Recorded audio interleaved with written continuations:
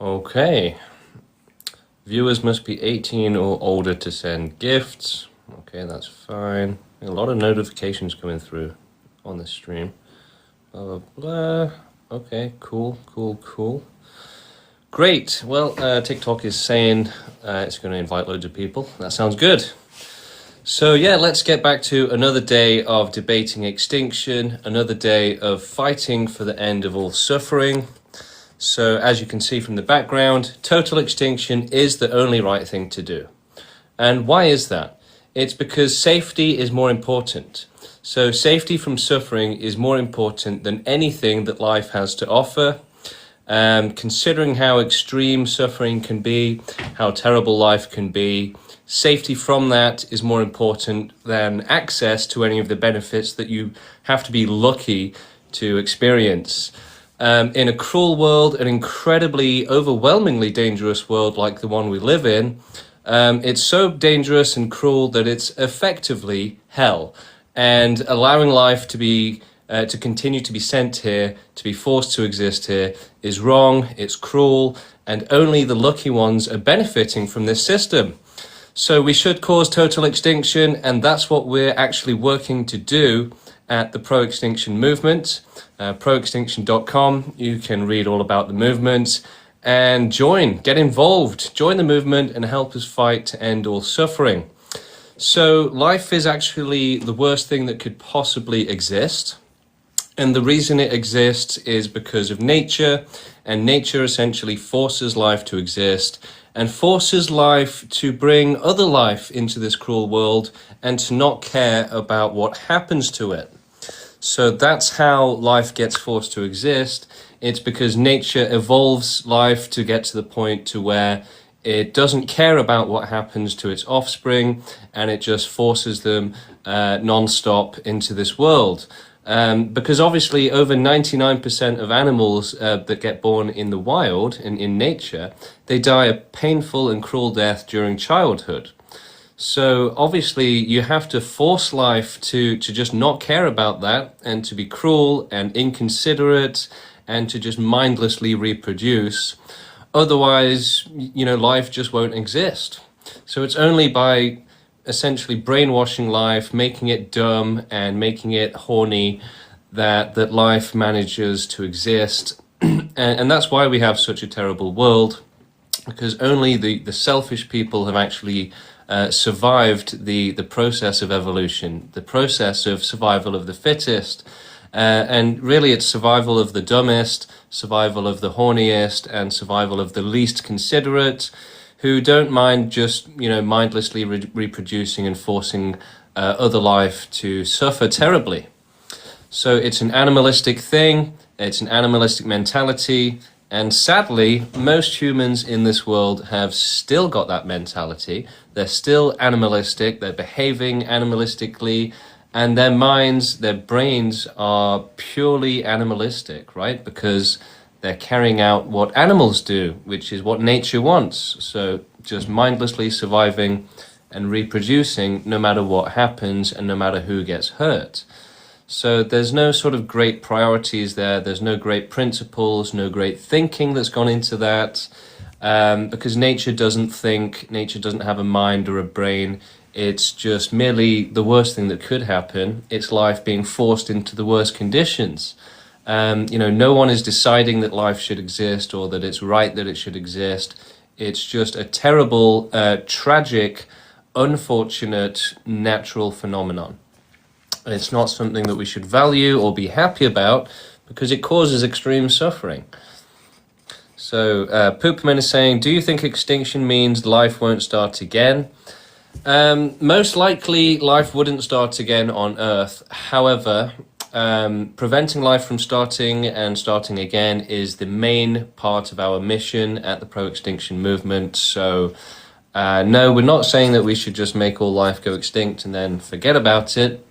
We're saying that we should make life as impossible to come about as we can. So that means universe-wide extinction. It means working towards a world where there's no possibility of life ever coming to exist ever again. because that means no possibility of being forced into a life of hell, forced into a life of agony. No one deserves that, and we should fight against it. So, as usual on my streams, I'm looking to debate people, have some conversations. The queue is currently empty, but there is a button right here if you'd like to come up, have a conversation, ask some questions. The movement started 3 years ago. We've got people from all over the world agreeing to help us cause total extinction, agreeing to work with us to end all suffering. So we've got people from all over the planet waking up to the fact that suffering is wrong, waking up to the fact that this animalistic and cruel society we live in is wrong, and that we need to put an end to it, put an end to life being forced to exist in these cruel conditions, and provide safety. Safety from the suffering of this world is more important than having a life, than having fun and the shallow pleasures that you get in this world. They don't compare to the importance of safety from suffering, the importance of safety from a bad life. So once again, the queue is currently empty. Hit that request to join button if you'd like to join the stream and have a chat with me now in front of everyone. Let's have a debate, a conversation, a discussion. If you just got some questions, come up and ask them. So, the pro-extinction movement, we're working towards total extinction. How are we going to do that? Well, effectively, we are going to have to take over the world. We are going to have to control the planet, control the world, have basically a one world government, and that way we can fully carry out an organized total extinction, remove our dependence for the planet on animals, and then also remove the animal population so that we can have an animal suffering free planet. Then we can start working towards universe-wide extinction and making it the most thorough possible, so that we can be as against suffering as possible, provide the highest safety from suffering possible. That is the most important right which life deserves. It's the right from being forced to exist in unsafe conditions. Why? Well, that's because the ultimate harm, the worst harm possible that any life can experience, is being forced into a cruel life. There's nothing worse that can happen. So for the worst off victims, they'd be much better off not being born, forced into an incredibly cruel life of extreme agony and suffering. So, no one deserves that. It's the worst thing that can happen.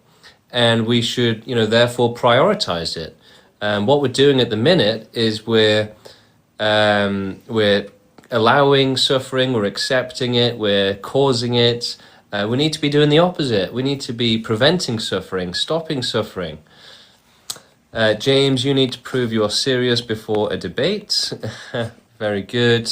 But I am serious. I'm doing activism. And, unaliving myself would not be serious. We have to do organized activism. Hello, how's it going? It's good. Yeah. How can we help you today?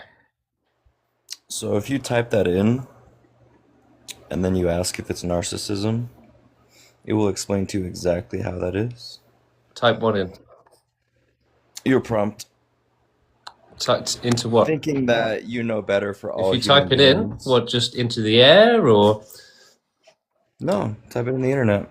Go have a discussion. the internet? It's a big place. So, I think you should type into the internet how to get a brain.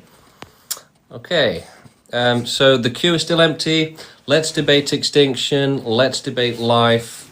Should life exist? Does the pleasure of the selfish, privileged people in this world outweigh the safety from suffering for the unlucky ones?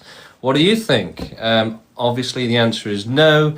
The safety of the innocents is way more important than the selfish pleasure of some cruel people, some lucky ones. In this world, you have two things that happen to life. You either have a terrible life and you're suffering, which is the majority of life, or you have a good life and you say that everyone suffering should continue to suffer. It's a very messed up and disgusting world that we live in. It's only now that we're getting a third category there, a third and final category, which is extinctionists who are saying suffering is wrong, we shouldn't allow suffering, it's too cruel, it's unfair, we should be prioritizing safety, we should be prioritizing helping sufferers. We should have a fair world, a right world, a moral world, an ethical world. That's not what we've got now. We've got a world where people have the freedom to go and make others suffer. People have the right to cause suffering to others, to exploit animals, exploit humans. And we live in a world where nobody is willing to work together to make a better world, and guaranteeing that it's just a free-for-all of cruelty and selfishness. Hello, how's it going? Hey, I'm good. How are you? Good, thank you. Cool. So, curious what is the end game for this position? Let's just say that you were king of the world. What is your prescription that comes at the end of this viewpoint?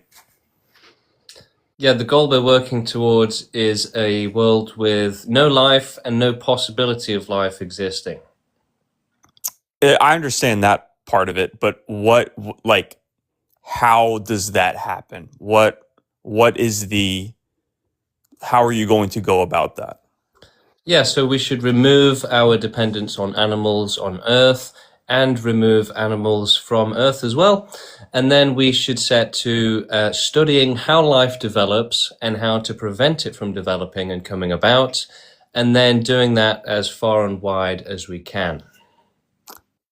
Uh, so I mean, I don't know if you maybe just haven't thought this far or not, but so you're saying, you know, you're essentially telling me that you're going to end all animal life. Okay, so sure, that makes sense.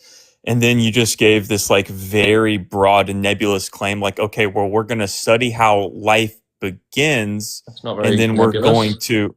So, I mean, I think we know how life begins, do you? and I think there's only one. Why don't you go ahead and tell us if you know so much? Well, when two, members of the opposite sex mate, Great. Well, that is thank you for your how. time. Obviously, that's not how life begins. How do you get them in the first place? Thank you for your trolling. Let's get somebody else on. Perhaps somebody with a bit more intelligence, a bit more to them. As I was saying, we are waiting on for people to request to join and debate. There's nobody at the minute, so if you want to question extinction, now's your chance. But yes, we should all be working together to end all suffering. Anything else is wrong. We should be creating the highest safety for life possible. Anything else is a compromise on safety. It's literally saying that we should put others in risk. And there's no reason to do that. There's no justification. There's no valid reason to put others in risk, basically. And hello, Hey, how are how's it you going? doing? Good, good.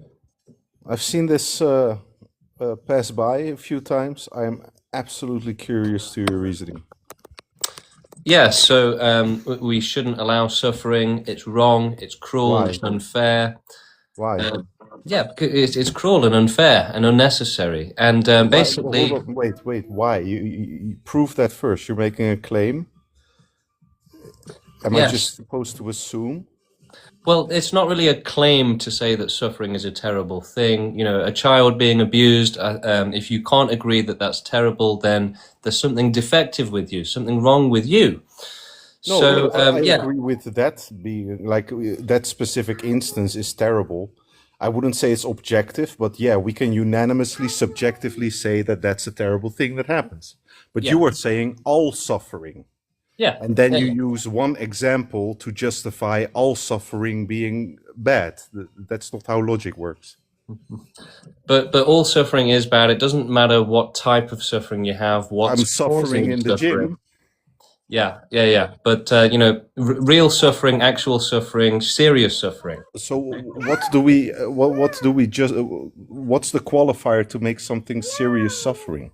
We don't need a qualifier. So, but I've you know, lost the my thing is, parents. Does it mean that we have to strive for how do you call it? do you think that's the worst suffering in the world? I think it's quite bad to lose people, right? It's quite some Really? suffering. You think that's on par with, you know, the worst suffering in the world? No, but here's the point: that the Would you moment not that you say that that is incredible ignorance, no, if no, no, that's what but you think? that's the point. The moment that you start like comparing those things, you have to draw a line somewhere. So you would have to make like clear boundaries of this is the suffering that we are talking about, and that is the Why? suffering that we must objectively counteract or avoid. So, you know, far too many life forms on this planet are trapped in lives of hell, extreme suffering. The vast majority of life born on this planet dies a painful and cruel death as baby animals in nature. But that's life. But but just because it's life, it doesn't make it okay or acceptable. It's cruel, it's wrong and unfair, and nobody deserves to suffer, Yeah, right? but these words that you were using, they've just been created by humans to describe something that goes against our preference. Every ecosystem. What do you mean goes against thrives. our preference? Well, we prefer not to suffer, but every ecosystem thrives on death. Yeah, so that's a bad thing, and that's why we need to put an end to it. So nature isn't a good thing. Nature is the worst thing that can happen. That's No, why you're we've got. making moral claims as if they are part of the natural world, but the natural world doesn't Yeah. come But with anyway, morality. so nature is a bad thing, and that's why we've tried to escape it. But we've left animals to rot in nature, to suffer terribly. And you've got people like you saying, well, you know, that's fine, who cares? But then selfishly and hypocritically trying to escape nature yourself, right? No, but you're not making you're not proving why it would be an amoral thing for me to prioritize not suffering myself and not care about the suffering of others. This is what's called in philosophy. No, is absolutely. So alt-problem, right? it's a selfish thing to rely on the suffering of others What's to wrong not. with being selfish? Yeah, well, I'm saying that only selfishness can make you accept suffering, agree with suffering, and it's an Yes, prove animalistic. selfishness is wrong. Well, yeah, of course, because No, prove it. selfishness.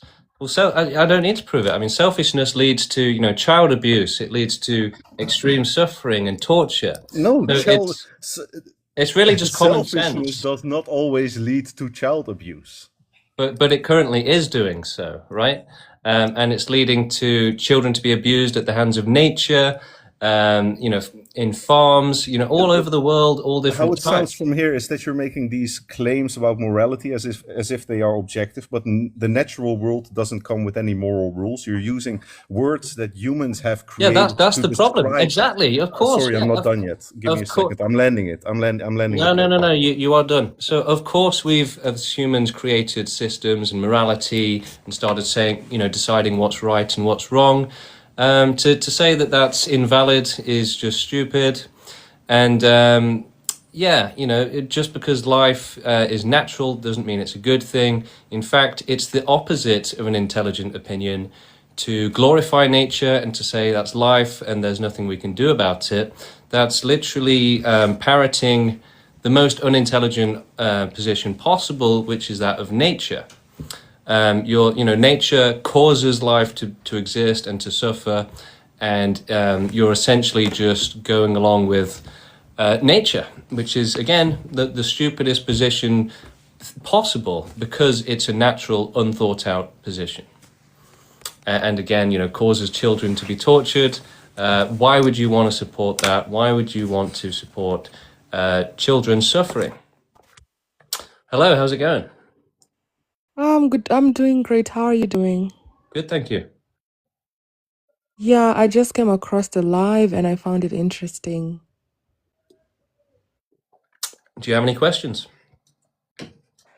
Not really. I actually just came to vent. Can I vent? Like, I agree with you. Like, just because it's life and it's happening and people should accept it because for what it is, I'm very much against that. I hate it. I really hate that. And especially for somebody that perceives so deeply and can perceive like the suffering of the collective, not just of the self.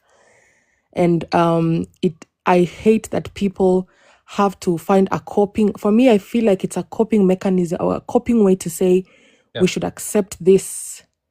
This is what Absolutely. it is, because there's no other way they can navigate that. So they surrender and they just go like, okay, I might as well as accept this, and it might make it better, but it doesn't change the suffering.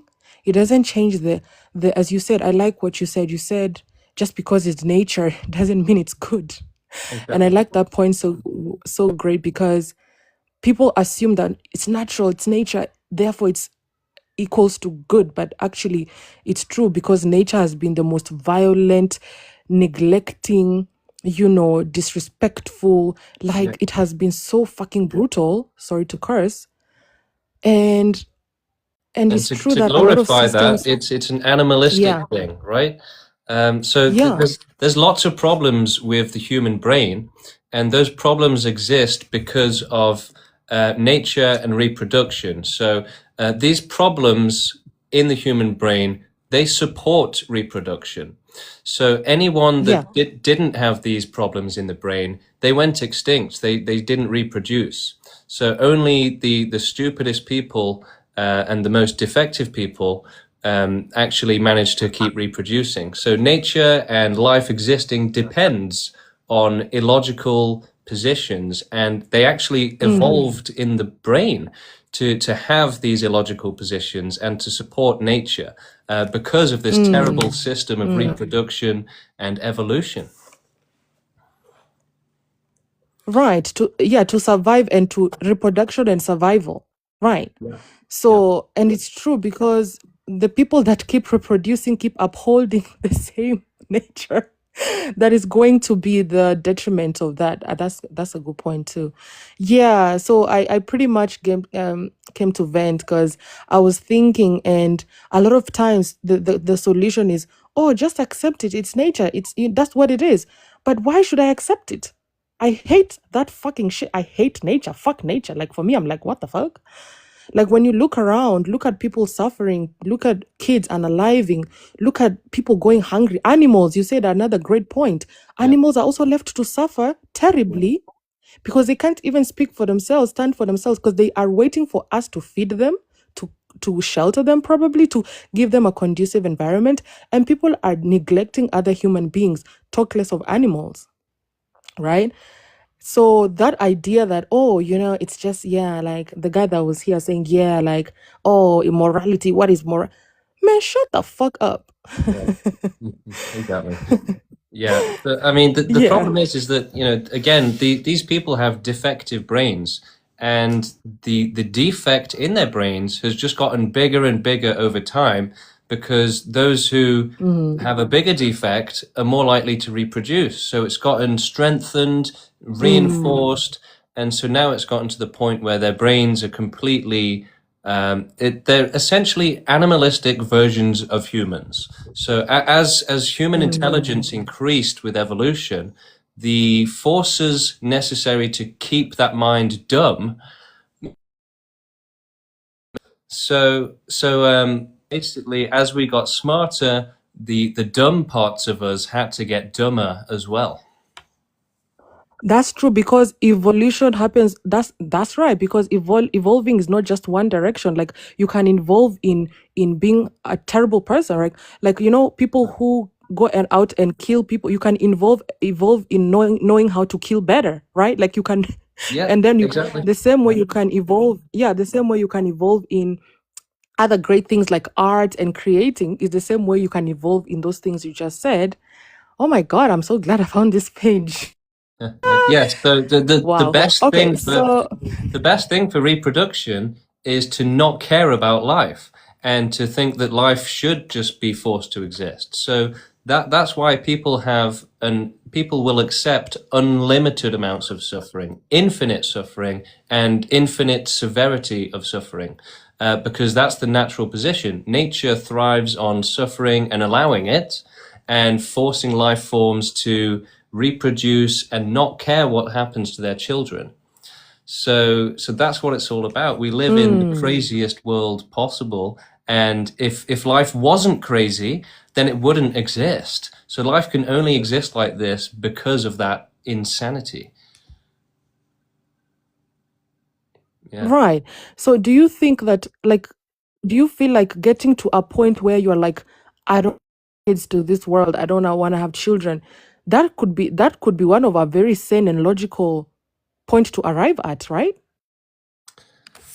Yeah, but the thing is that antinatalism, it discriminates against animals. So I guess if we're talking about the illogical position of nature that people have in their brain, then it's as accepting of suffering as possible.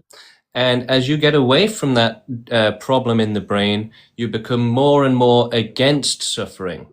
So the best Right. version of that is to be against all suffering, and that means helping Right. animals and other life, preventing them from being forced Right. into this cruelty, and then finally humanity can go last. But we have to keep reproducing and existing until we've helped other life, because there's no other way for them to get that help. Right, I agree with you, but also because of the same point you made, don't you also think that the fact that we have to reproduce also increases the suffering within us? Oh yeah, for sure. But animals suffer a lot worse. So if we're thinking about all suffering and all life in an equal and fair way, then human suffering is the smallest and the least, and has the least severity. We're not being eaten alive. We're not freezing to death. We're not starving to death in nature. We're not being chased by wolves all day, every day. And they have a much bigger population than us. There's trillions and trillions of animals. And then there's also the potential for life to exist in the universe. And every other planet will probably have a similar story to Earth, where it's life being forced into cruel conditions, suffering, killing each other, fighting each other, and torturing each other. And then eventually, if they're lucky, they develop intelligent life that can cause extinction. But if they're not lucky, then they don't develop it. So there will be loads of planets out there developing suffering, and we want to prevent that, get to those planets before they start developing life, and find a way to prevent it from Right, happening. right. So when you say total extinction is the only right thing to do, please can you explain that to me? Can you explain your prompt a little bit? I just want to get a deeper understanding of it. Yeah, so by total extinction, we mean total absence of life. So no life, Okay. and also no Right. possibility of life, because that means no possibility of suffering. So if we don't try to do extinction, and we don't try to prevent life from existing and coming to exist again, then there's going to be billions of years of terrible suffering. Animals, children are going to be tortured horrifically for billions and billions of years.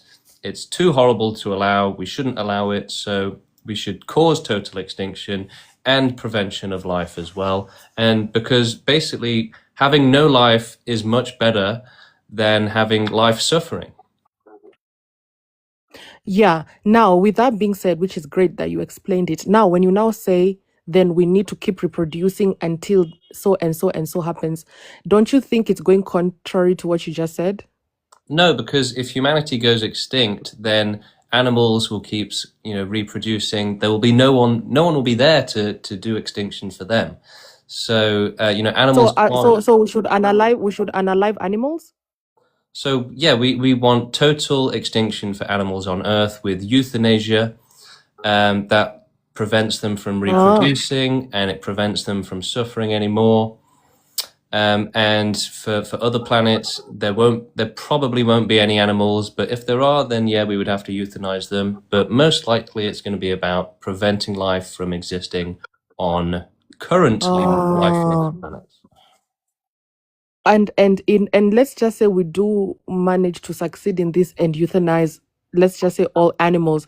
Don't you think there's something that's gonna evolve somewhere, that's gonna make something come up from somewhere? I don't know. Like, is it possible to go to total extinction? Well, yeah, like I was saying, we want to provide the protection from life developing. So it's not about just removing the animals; it's about preventing animals from ever evolving again. Oh, I I see what you're saying. And and what are some of the things that can be done to achieve that? So, one of the main ways that life develops is from solar energy. So, preventing a planet from receiving solar energy, that's probably one of the best ways to prevent life. So that might mean, preventing their sun from, hitting the planet anymore. That could mean, like a nuclear winter, perhaps, something like that. Clouds that prevent all the energy from reaching the planet. Maybe something like that. That's just one possibility. But we need to do the research and find the best ways to do it. Because also apparently, like maybe like in 5 billion years, the sun is gonna die anyway. Like the fuel in the sun, apparently is gonna burn out in the next 5 billion years, apparently. And even before then, they're saying that life is going to cease existing on Earth, and maybe there can be other life forms in other planets by that time. So I feel like that can, okay, so if we allow that kind of time to pass, because of course 5 billion years is a lot of years from now, but like if that's a possibility and there's not going to be life on Earth, what you're saying is that if any case life goes to other planets, that is also something that could be done there. So we shouldn't wait for the sun to go out. That's too long away. We need to do animal extinction Yeah. as fast as we can. And yeah, we should try and see what we can do for other planets. We don't know the full story yet. We don't know everything. So we need to research, how does life develop? How can we stop it from developing? What's the best technology to do that? And how can we implement it? You know what? I'm gonna check and look into that, because it doesn't sound so bad. As bad as suffering sounds. Like suffering sounds worse. Exactly. So that doesn't sound so bad, and it's something I might want to look into. But I'm glad for the insight and the conversation. Yeah, thank you for coming on. Check out our website, proextinction.com. You can read about us and you can join us and get involved. Okay, thank you so much, sir. Have Thank a you good for coming day. on. You too. All right, let's get to the queue. Who's next? We have Van Cole. All right, hello, how's it going? Good. How are you? Good, thank you. Good. So, does this stem from a scarcity mindset? So, like the idea that resources are limited. No, it's the mindset is that we should be as against suffering as possible, and that means being as against life existing in this cruel world as possible. And do you put humans in the same category as animals?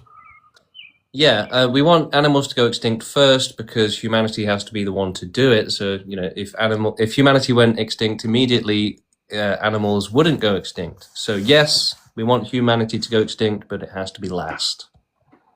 And let's say you can avoid a miserable or suffering, Yeah. misery. Yeah. End all suffering, prevent all suffering. That's the right thing to do.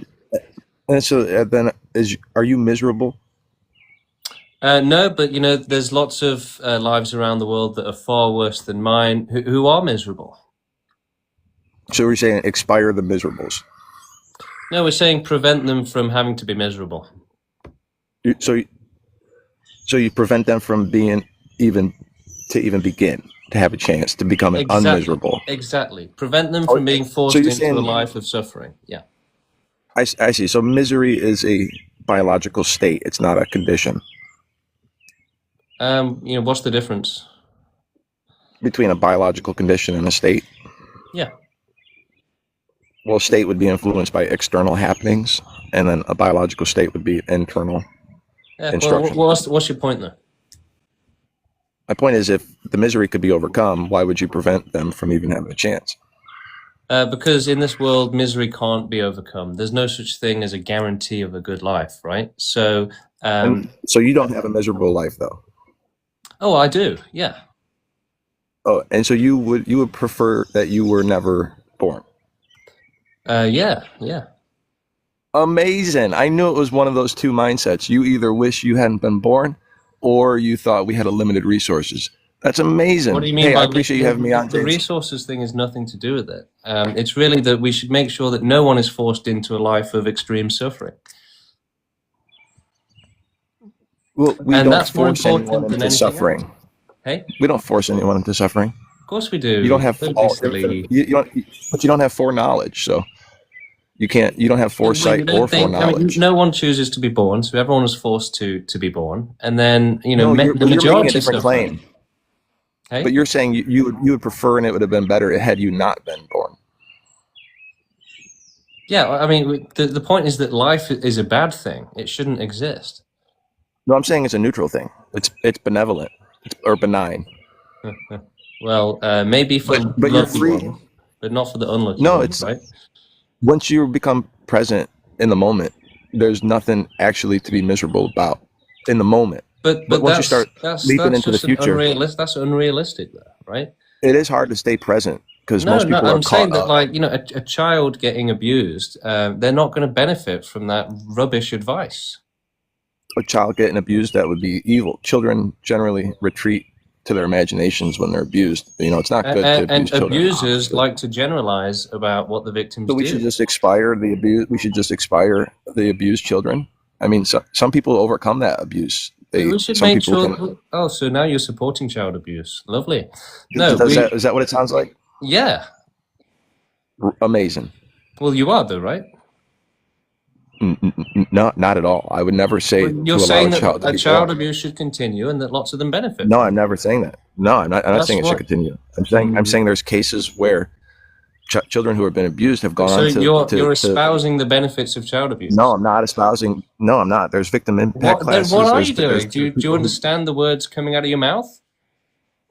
Listen, buddy. Nobody's encouraging child You're abuse. saying Let's that get real. children benefit from child abuse, buddy. So No, I'm not saying that. You're I saying think that borders on illegal. Encouraging people to abuse children. So let's go with someone else, someone a bit more PC. Hello, how's it going? Hello, how's it going? Good. So I've got a question about your ideology. How do you prevent elites from using your ideology to push their agendas? Let's say a depopulation agenda. How do you think that you'll prevent elites from using this as a way to depopulate the world while also wanting to stay alive? Well, I don't think the elites are really in favor of depopulating the world. The Really? bigger the world is, the better for them. The more interesting, the more exciting. Yeah. So why is it that the elites are pushing for so much contraception in places like Africa and third world countries? If they're so for overpopulation, why is it that they're pushing for all these things? Because it prevents the spread of diseases. It prevents, rape. It prevents, You really think that elites care about third worlders being raped? Some of them do, yeah. Really? Yeah. Okay, so surely you know what happened in communist Russia, how the people at the forefront of the movement did have good intentions, but those good intentions were siphoned off, and much of the wealth in Russia was extracted into the British Empire through using people like Stalin and Lenin as a leader, while siphoning off wealth into different countries. Surely you realise that, right? Oh, So yeah. what's to say that the same people or people who have bad ideas would do the same for your movement? Well, they might do, but that's a risk that we're willing to take. Really? Yeah. Why? Because we have to try and end all suffering. We can't just find excuses not to do it like you're trying to do. But I don't consent to being euthanized. I don't care. The very authoritarian movement you've got here, mate. But life is far more authoritarian than that. It's not. It's not at all. Well, it's forcing cruelty, so it is. Cruelty is an aspect of life. Yeah, exactly. And so it's a bad thing. But you have to take the good with the bad. No, you don't. Without You don't any have bad. to. You don't without have any to say the bad. good with the bad. Without any bad things in life, there will be no good things in life. If you've got Yeah, nothing exactly. to But without the good things, there'd be no bad. Compare the good things to. But there would be no but bad. without no good things, there'd be no bad, and that's more important. I disagree. They go hand in hand. Yeah, of course. A slave owner would disagree with the same thing for slaves and say, well, I think the slaves are benefiting, but that doesn't make it right. So the oppressors are always going to disagree with taking their privilege away from them, and their advantage and, unfair advantage. But that doesn't matter. We're still going to take it away from you anyway. You're a very evil man, you know that, James. How can ending all suffering be evil? Get real. Because it is. I don't consent to it. Well, if a criminal doesn't consent to, not abuse a child, then of course we're going to violate his consent and say, no, you can't abuse that child. Me as an individual, what suffering have I caused in this world? Loads. Like what? Well, all of your food, right? A lot of suffering went into that. Probably your phone, everything. So it's the systems around me that will cause the suffering, not me as an individual, right? Yeah, bit of both. Okay. Probably. Okay, so I don't consent to being euthanized. Well, we don't need your consent. Why not? Why would we? But going by that logic, why would you need consent to have sex with a woman? I mean, I think it's different because you see, we're doing this for an ethical reason and for a moral good reason. So I think ending all life on the planet is not an ethical and moral thing to do, to be honest. Well, you would think that because you've been brainwashed by nature to think that life should exist at all costs, no matter who gets hurt. Life should exist. There you go. You've been brainwashed by nature. It's an unintelligent position. There's no reason for life to exist, and all it does is cause more harm and extreme suffering than anything good that it does. It's ridiculous. It's not, though. It is. Look, the thing is, extreme suffering is too terrible and extreme to allow, right? So it's not fair, and there's nothing that makes up for it or justifies it, right? There's no amount of pleasure you can get from watching Netflix which makes up for a child being, molested to death. Okay. So safety from suffering is more important than any of the pleasures that we get in this life. I still don't consent. Well, that doesn't matter. We don't want your consent. Oh, really? Yeah. So you can take your consent, you could stuff it. We don't need it. The thing is, if we respected people's consent like that, then we would be giving them the freedom to cause more suffering, right? So that would be wrong and unfair.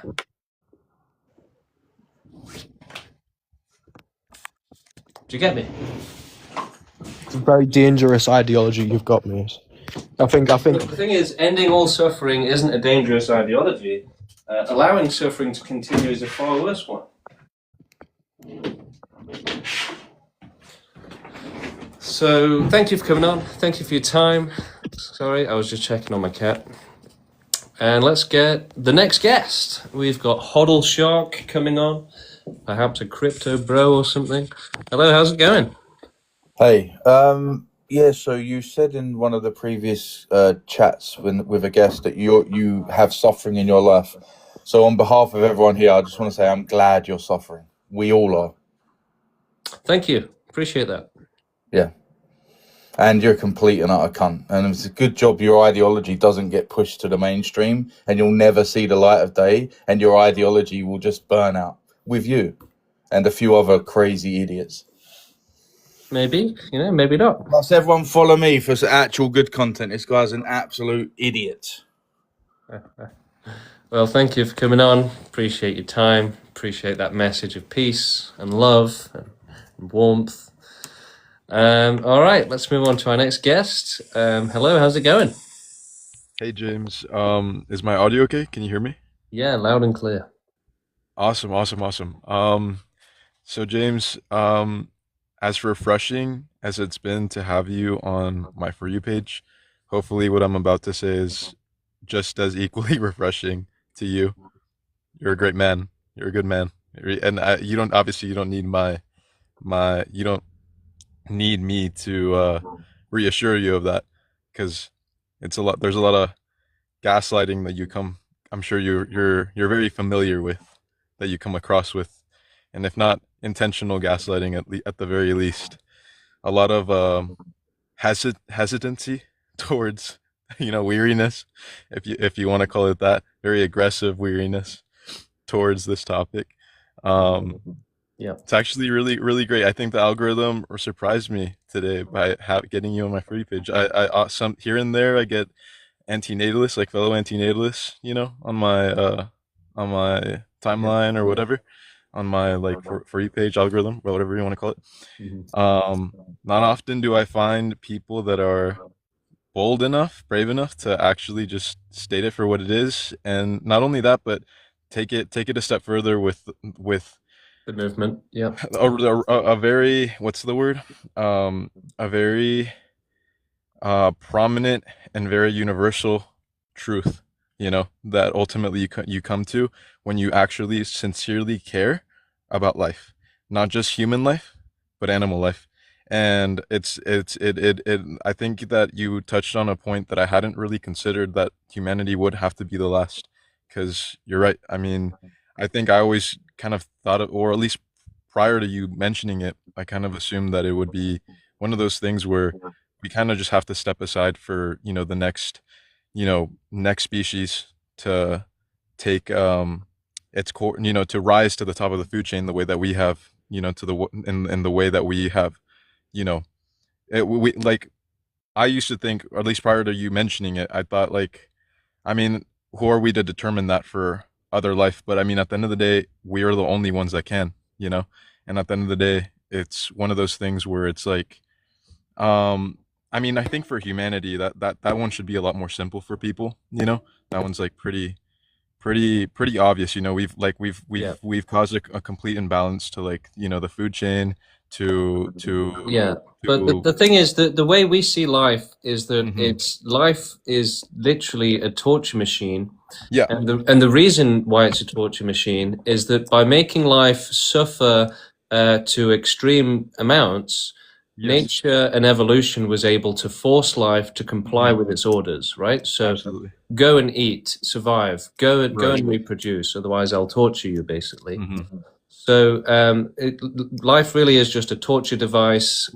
It's a terrible thing. It's the worst thing that could exist. So it's not about how good humanity is. It's even if every human was having a great life, we would still be in favor of extinction on the chance that someone has a bad life or that life becomes bad. So it's about just always prioritizing safety. Absolutely.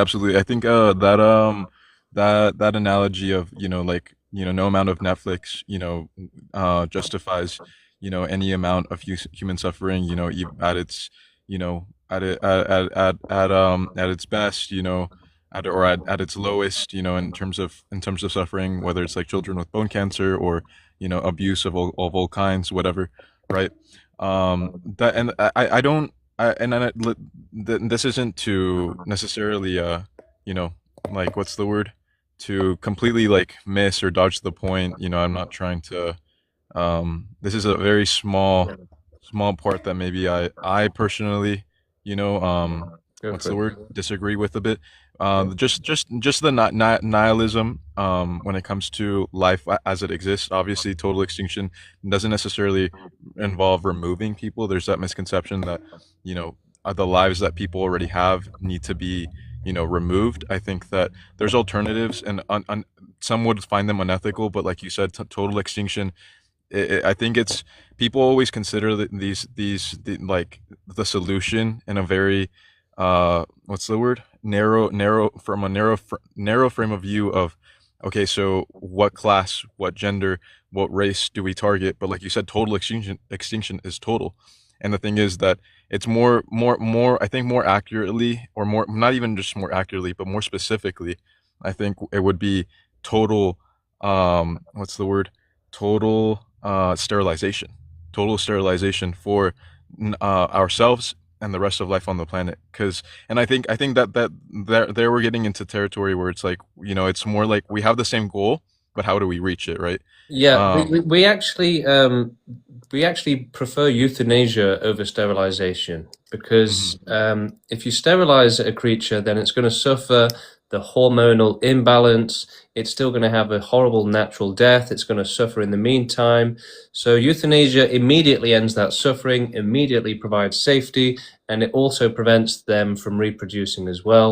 So it's actually much better than sterilization.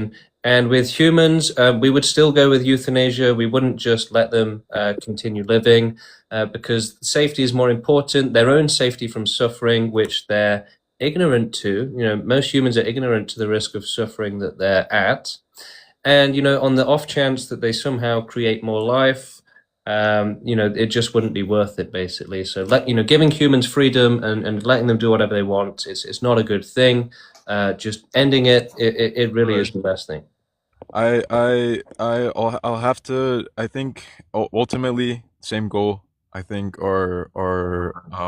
what's the word?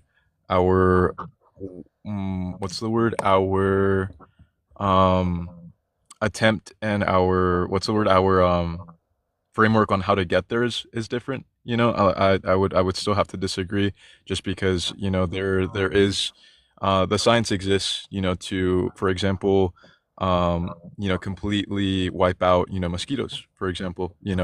By simply sterilizing them, by creating a virus. Well, yeah, I mean, we might have infection. to use sterilization. Yeah, we Right. might have to, And but the thing euthanasia that would be preferred.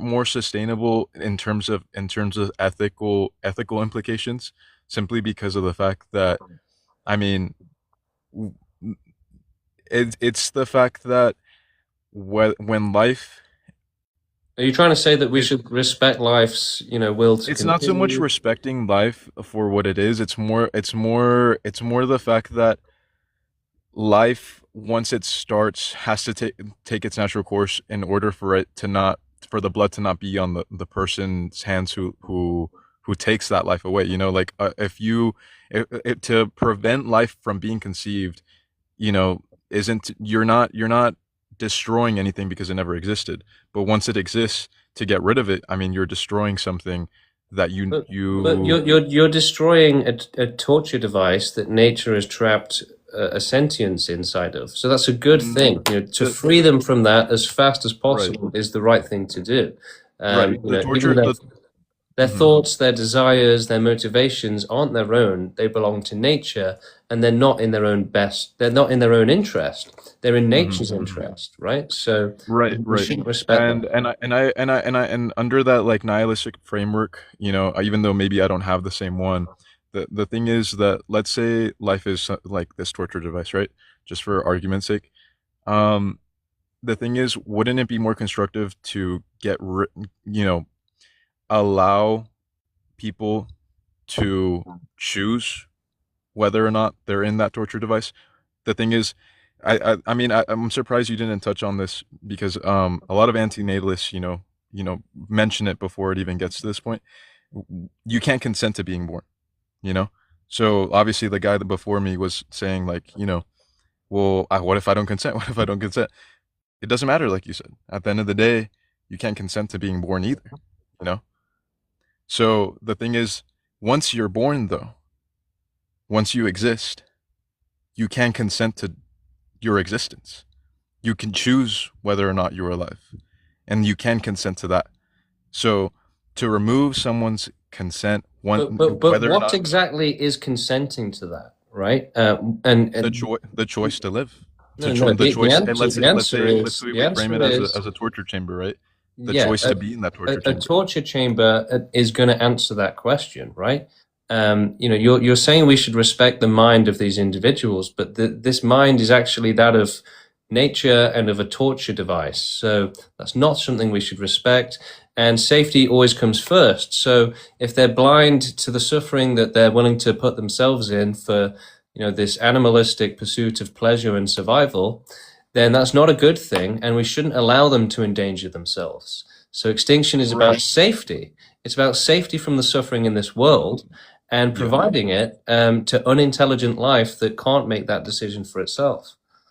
Yeah, no, I think I do agree that the drive and the motive for that is ultimately to protect a person's safety. I do think that the motive for that is. I just I think that at the end of the day, it should be a person's choice whether or not to endanger themselves, whether or not they're in danger But to they're not others. capable of making that choice. That's the Right. problem. The thing is, so the main thing is that, um ultimately, I mean, the framework that you're going about in terms of, uh like total euthanization or total extinction, mass euthanization, what, like, that being the ideal route, right? That being Yeah, the that's most. the best route possible. Yeah. Right, right. That framework would involve not only like an extremely, what's the word? And forgive like my wording. I hope that I know that this is probably going to sound like aggressive no matter how I say it, and me saying that doesn't change whether or not it will. But I do believe that this is my opinion. I believe that it's a very parasocial form of nihilism, and then on top of that, it's also, um, this framework that this, I don't know what they call it, what the technical term for it is, but you don't believe in free will. No. Free will as a whole. No. Choice doesn't exist to you, right? Right. So then how do you believe that you are making a choice by believing anything that you believe, even total extinction? How do you come to that conclusion and believe that you have a choice in that? Why is your choice more relevant than a person's choice to exist? Well, if you're asking about free will, I think most people have that kind of question when they start Right. exploring free will. It's an endless question. How do I continue as a person, right? Do I just collapse on the floor now that I've considered free will? No, we carry on and we still have our personalities, even if we accept and understand that it's all just dominoes and cause and effect. So, I can still fight for the end of suffering, even if it's all determined, and I will, right? I'm aligned in that way. My motivation's aligned for that. But yeah, in terms of, again, I think you're just focusing on the wrong thing, basically. You should be focusing on safety from suffering, not access to pleasure at the expense of safety. Yeah, no, pleasure is not my focus at all. Like I don't like you said it. Whether or not people consent is irrelevant to me.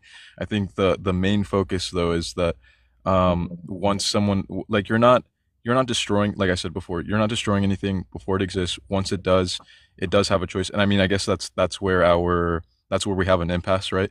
You don't believe in free choice. I do. So that means that, you know obviously your framework for, you know whether or not someone lives or dies is, completely different. Or sorry, someone lives or unalives, So is completely here's different, the right? thing. Here's the problem, right? So when we're saying that people can't make this decision for themselves, and we're saying that you know basically they have an optimism bias, they have an animalistic brain that prevents them from thinking about this. Now, if they Right. didn't have that, then their decision would be aligned with ours, so we wouldn't even have to make it for them. It's because they can't make it for themselves that we have to do it for them. Their nature overrides their logic and doing what's in their own best interest. So they do what's in nature's interest instead of their own best interest. And if you understood properly all of the dangers that we're at, that all of the risks in this world that we all face at all times, then you would definitely choose safety instead of to put yourself in extreme danger. Right. And again, it really is suppression of the ability to think about that danger, which allows life to exist and to keep reproducing. It's about dumbing life down, making it dumb, making it animalistic. That's what gets reproduction going. And going against that goes against nature and reproduction. So no, we can't value people's opinions. We can't essentially allow their nature to put them in danger. Right, right. And the thing is, I think the only contradiction there would just lie in the fact that, I mean, again, like I mentioned before, I mean, if everyone else doesn't have free choice and only we, or like you as someone who believes in like total extinction does, I mean, what places your choice, what makes that superior, you know to the choice of anyone else, is my question, like you're, because the thing is, I think that anyone, hot take, obviously, like, there's a lot of hot takes about this, but um when you always have the choice whether or not to exist, and the No, fact that you you're don't. choosing. You don't. Right. Well, right. You don't believe that. That's right. So, like, Well, like a when. baby doesn't have the choice to not exist, right? An animal doesn't Right, have the right. choice to not exist. A Mm-hmm, disabled human doesn't have the choice to not exist. mm-hmm. This is true. Yeah, I think that at the end of the day, though, they also can't choose not. They can't choose to exist, but they also can't choose not to, and we also can't. We can. Right, so We they get can. trapped. We're, Exactly. right. We're choosing for them. That we're choosing for them to exist, but that's based off of the fact that they're going to grow up and, long enough to actually make that decision for themselves, because the thing is that, like, unless we're talking about like cells that aren't alive, a baby is alive, and once like life exists and has the potential to decide for itself, it doesn't matter whether or not it's deciding in that moment, in that present moment, for itself. Eventually it will grow to be able to No, make that decision for no, itself. no. In fact, in the vast majority of cases, they don't grow to be able to make that decision. Over 99% of life born on this planet will die painfully as a baby, right? So they never get a chance to make any decisions like that. They're just forced into extreme suffering and a cruel death. So that's the majority experience on this planet. Right. So, it's only by completely not caring about them and being cold and inconsiderate that we have the society we have that just allows all of this. There's nothing okay about it, and people just find excuses. Oh, it's not that bad. They can opt out. Silly things like that. Animals can't opt out, and especially most of them dying as babies get no chance to opt out. Right, right. I think that the thing is, ultimately, um, opting out, though, isn't necessarily a decision that other animals or we as a species have to make when, sterilization is also another alternative. The thing is that, why eliminate like all life on the planet when we can let it take its Because the natural safety course? from suffering is more important than staying alive. Right, but the thing is that that is that once one, let's say again, for you, an ideal situation would be like, oh, life ceases to exist. For me, an ideal situation would be that life continues to take its course and then isn't able to continue to, reproduce, all life, human and Yeah, but animal life. if you're still going to force life to exist in cruel conditions, it's still a bad thing. Like I said, life can't make this decision for itself. It's literally designed to not. So it's never going to be able to make the right decision. It's always going to make the wrong decision. And yeah, we have to make that decision for it, and to provide immediate safety. The risk of extreme suffering befalling those life forms is far more important than any sort of pleasure that they might experience while they stay alive. So they can't make the decision for themselves. We have to do it for them, and their safety is going to be far more important than anything else.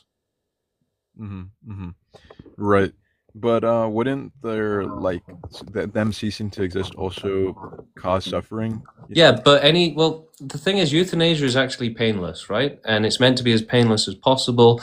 But even if it did cause some suffering, it's still going to be far less suffering than the Right, alternative, which is right. a cruel and natural death, and also being trapped in extreme So, suffering up until then and before then. mhm, So mhm. safety from suffering is always better than the alternative.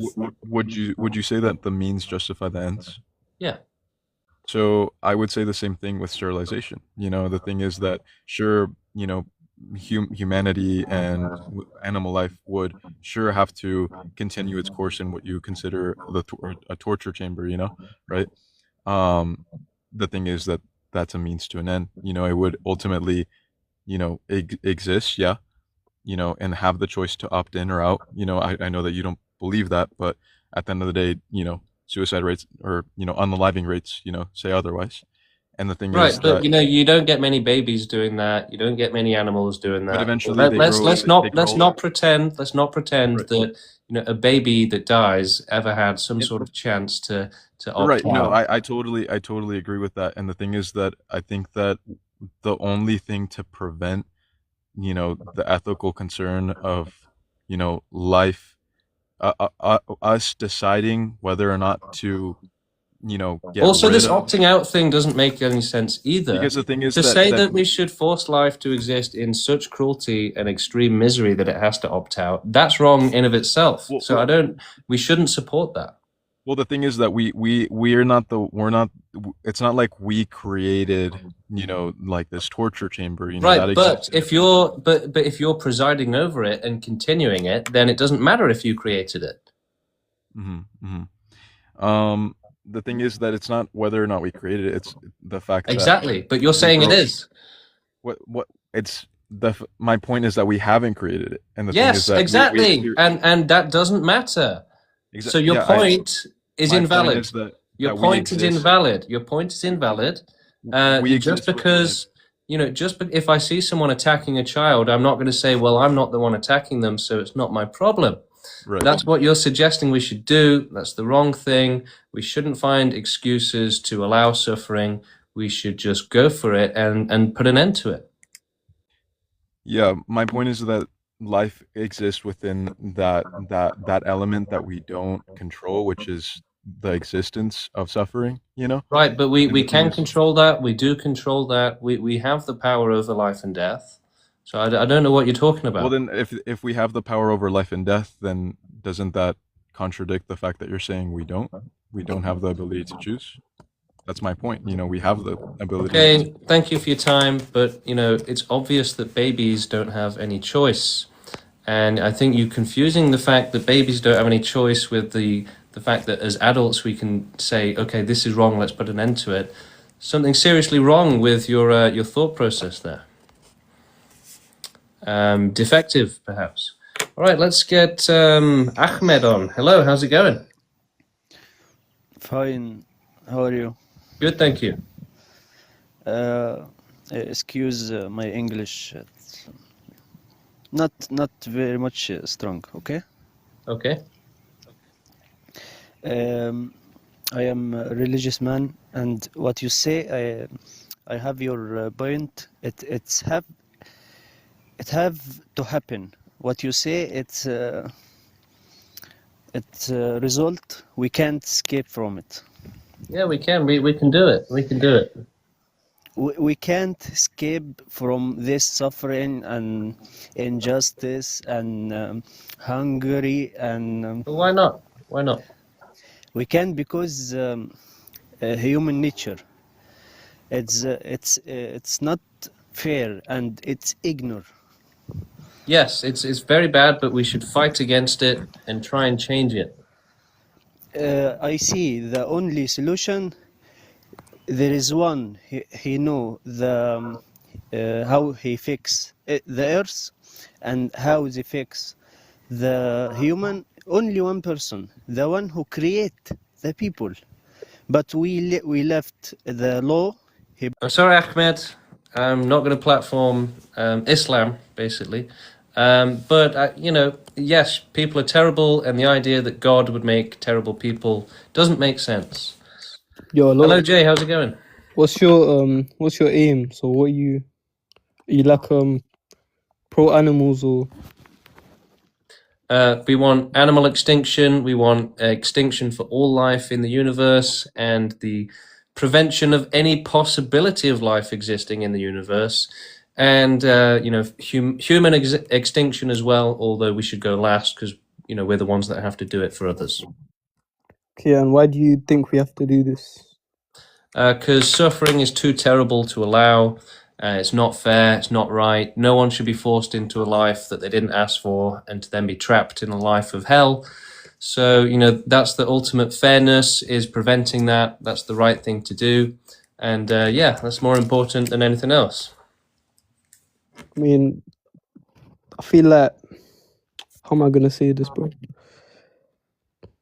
I feel like it is what it is, isn't it? Like, Yeah, if but you that if you doesn't were mean left, that we should just leave it, right? You know, I wouldn't watch a child getting attacked and say it is what it is, but that is what's happening. And we shouldn't say it is what it is. We should make sure that no children have to suffer. I mean, or but I don't know how to say this, man. Wait, give me a good second to like think. Cause You know, if you're against child abuse, then you should be against children you know what being it is? forced. If you were left in a room with like a tiger, obviously it'd eat you. And if you left a bunch of kids in there, obviously they'd eat you as well, them as well.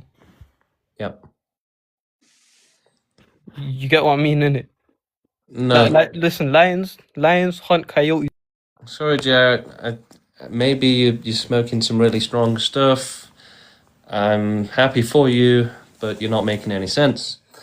Okay, next guest. Hello, how's it going? Yo, can you hear me? Yes, loud and clear. Bro, I cannot tell if this is satire or not, bro. It's not satire, no. It's a real movement. I didn't start it. There's lots of people from all around the world. We're working together to cause total extinction, to wipe out humanity, wipe out life. Don't you? First of all, you sound like a villain saying that. Wipe out all humanity. But Yeah. second of all, don't you like your life, bro? Well, safety from suffering is more important. I mean, if there's no life, yeah, there would be no suffering, but there would be no happiness either. So yeah, but no suffering is more important.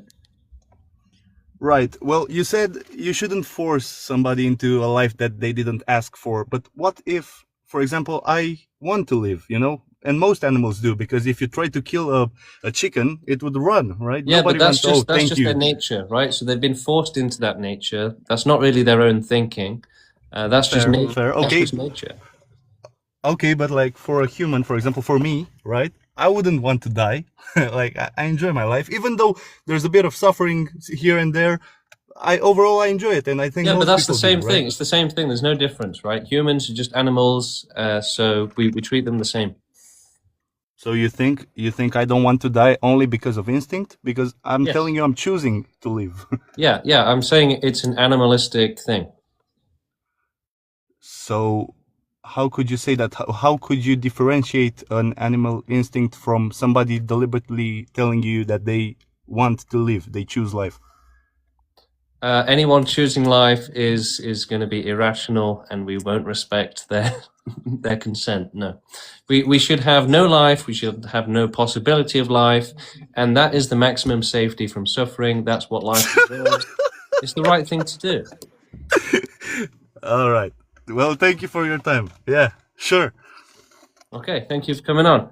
Appreciate the support. Goodbye. Thank you. All right, let's go with a vegan. Hello, Hey, how's how's it it going? going? Yeah, it's going okay. I've scrolled past your TikTok multiple times here in the last month or so. So, yeah, I mean, and every time I scroll past it, I think about it, right? I mean, as a vegan, I completely agree that most living beings are suffering, unfortunately, and 96 billion animals per year are suffering at the hands of humans. Yeah, so I guess my concern would be like, do you think that I guess, would you justify like actively seeking out taking the lives of animals, like just like, I can't say wantonly because it's for a reason, but like going out there. It should be done in an organized way. It should be done in a structured way. And yes, we should euthanize all of the animals. That gives them immediate safety from suffering, and it prevents them from reproducing. Yeah, I mean, you know what? I think I'm with you. Like, if it was possible to like euthanize every form of life right now on the planet in a painless way, I think I would definitely get behind that. Right? Oh, you're not a vegan, is that true? No, I'm not a vegan. No. So, because veganism actually causes more suffering. The thing is that non-vegan agriculture takes up over 5 times the land that vegan agriculture takes up, which means that that's 5 times the land being denied to wild animals who would otherwise suffer. So veganism actually allows more wild animals to suffer by giving them more land, not doing deforestation, and especially if you count other industries as being non-vegan, such as mining operations, timber operations, deforestation. building a factory, building a house, putting a road down. All of these things can actually hurt animals in some way. But ultimately, they prevent the populations from being forced to exist there and to suffer. So it's actually a good thing. Furthermore, farmed animals actually have better lives than wild animals. If I had to choose between being a farmed animal or a wild animal, I'd definitely be a farmed animal. You get shelter, you get heating, you get medicine, you get food. You're not being chased for your life by terrifying animals all day, every day. And you don't have to have a cruel natural death. You don't have to get eaten alive. You get euthanasia. So I would much rather be a farm animal myself. Now, obviously, eating animals is still a bad thing, and animal suffering is also a bad thing. It's just that in the current crazy upside down world that we live in, it just so happens that veganism causes more suffering. We should get to a world where antinatalism and veganism are both a good thing, but at the minute in this crazy world, they both cause more suffering. Okay, yeah. So, okay, interesting. So, I guess when you say that like non-vegan agriculture, there really isn't. I'm sorry. When you say vegan agriculture, are you just talking about crops? No, I'm saying that obviously you have to feed the livestock for farmed animals, right? So Right. that takes up a massive amount of agriculture. It's very calorie inefficient, Right.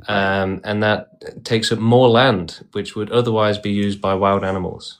So you're sort of saying that the destruction caused by the meat, egg, and dairy industry is actually beneficial because it kills. Then I guess my only contention with that would then be that by supporting the meat, egg, and dairy industry, right, by those industries existing, we forcibly breed, at least 96 billion animals into existence every year just for the sake of suffering. And so that's 96 billion extra lives that will suffer intentionally, inherently through the system. And in addition to that, I would definitely have to push back against saying that, I guess it depends on how you look at euthanasia, but I would say that putting, a 6-month-old piglet into a gas chamber isn't exactly humane. But it's better than being eaten alive, right? You would choose that instead of being eaten alive. I don't know, man. If you've seen them in the gas chamber, it's pretty bad too. But I mean, I would say but again, I would take a gas chamber any day over being eaten alive. You should see that with Have you seen? You should see some videos of animals being eaten alive. Okay, it's way worse than being gassed. I don't know. I guess I can agree. Definitely worse. Have you seen it? Have you seen them getting gassed to death? But it's not just, this is the problem that vegans make. They only focus on the actual death, right? You have the entire life of suffering as well to think about. Right. I agree. That's also bad too. I mean, I agree that an animal like a cow in the dairy industry who's being forcefully penetrated, forcefully impregnated, and having all of her babies taken away and killed, that's suffering as well. So I think the life and the death is suffering. But I agree that wild animals suffer, of course, and the way that they're unalived is terrible. I mean, a lion attacks a gazelle and eats them from the back legs first, and they're alive the whole time. It's bad. So I'm not denying that fact. I'm also saying that I don't think that it's necessarily any better in the meat, egg, and dairy industry for these animals. And I just think if we're against suffering, why forcefully breed 96 billion animals into existence just to make them suffer for an unnecessary purpose? The thing is that another problem with vegans is, again, they only focus on one form of suffering, right? So they discriminate against others, and that blindness causes more suffering and worse suffering. It's only by looking at the bigger picture and everything all together and all suffering that you can actually have an equitable and fair anti-suffering system, right? If you only care about one type of animal and one type of suffering for that animal, then you're ignoring all the other terrible forms of suffering and allowing it to happen. Wait, what suffering do you think that I'm missing out on in account? Well, you've got all of human suffering, you've got all of the wild animal suffering, you've got potential other life outside of Earth suffering. So we have to be against all suffering. That's the point. Yeah, I would say I am against all suffering for sure. And I mean, I really just came up here to kind of see where you stood. And yeah, I forgot, somebody in the comments said you weren't vegan, so that's why I double checked. But I was curious about that. But yeah, I mean, I guess I don't think I went vegan, but I was too allergic to do it. And I would still be a vegan if I hadn't learned that veganism caused more suffering. What made you choose a plant-based diet in the first place? I wanted to do the right thing. Do you know the definition of veganism? I think it's different for different people, really, isn't it? Well, there's like the Vegan Society, which has like the official definition. But again, different for different people, though. Still. Well, okay. Well, I mean, I think words have, like, if you look something up in a dictionary, right? Is it a dictionary definition, though? I mean, well, I think like Probably Oxford. not. Yeah, I mean, I think that like the But what's your definition. point? Let's go Yeah, back yeah. to the point. Well, my point. Okay, so just, yeah, you're right. Let me be a little bit more direct. I really encourage people who like ate a plant-based diet to not necessarily appropriate like a word or that they don't necessarily belong to the subculture of. So if you didn't hold the value that vegans hold, then I just think it's better to say that you were plant-based. But I guess my real thing is here, like I genuinely agree with you on this. Like I think that I think suffering is bad. I think suffering is like the only important thing in the world, right? It's the only thing that matters. I think that unnecessary suffering is the worst thing in the world. And from your worldview, right, like unnecessary suffering is all suffering is unnecessary. The thing is, there's no way to end suffering without total extinction, though. So I guess, unless you support total extinction, then you support life continuing to be forced into unsafe conditions. No, I do. I actually do completely, and I'm being genuine. I support total extinction 100%. And I guess like I'm with you on that. But I would just say like I do find it like kind of misaligned to then support an industry that forcefully brings 96 billion beings into the thing world. is that we've done the research on this, right? So we're doing it for a good reason, not just but for a stupid reason, right? We're the ones that are dealing with this stuff, that are researching it. This is our bread and butter. Okay, so there's not been a stupid reason going into being against veganism. It's actually because we are the ones looking at the bigger picture, the whole picture, whereas vegans are directly not doing that because they ignore wild animal suffering.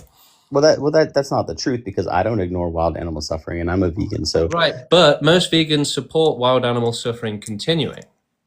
I've never heard Well, they do. Come on, let's be serious. Most vegans think that wild animals existing is fine. Well, I agree. I think most people think that most human beings, vegan or not, think that wild animals existing is fine. Which means supporting the continuation of the worst and largest suffering on the planet. Well, yeah, and the worst and largest intentional like suffering on the planet is non-veganism. But the thing is, it's discrimination to focus on whether or not it's intentional, because then you're saying that this unimportant factor means that they should suffer and they shouldn't, right? No, I don't think that anything or anyone should suffer. My point is, it being intentional or not doesn't matter. That doesn't matter to the victim. Yeah, I agree that it doesn't matter. But if we're looking to eliminate suffering, why cause more of it? Why increase the suffering? Well, firstly, you have to cause some suffering to end suffering.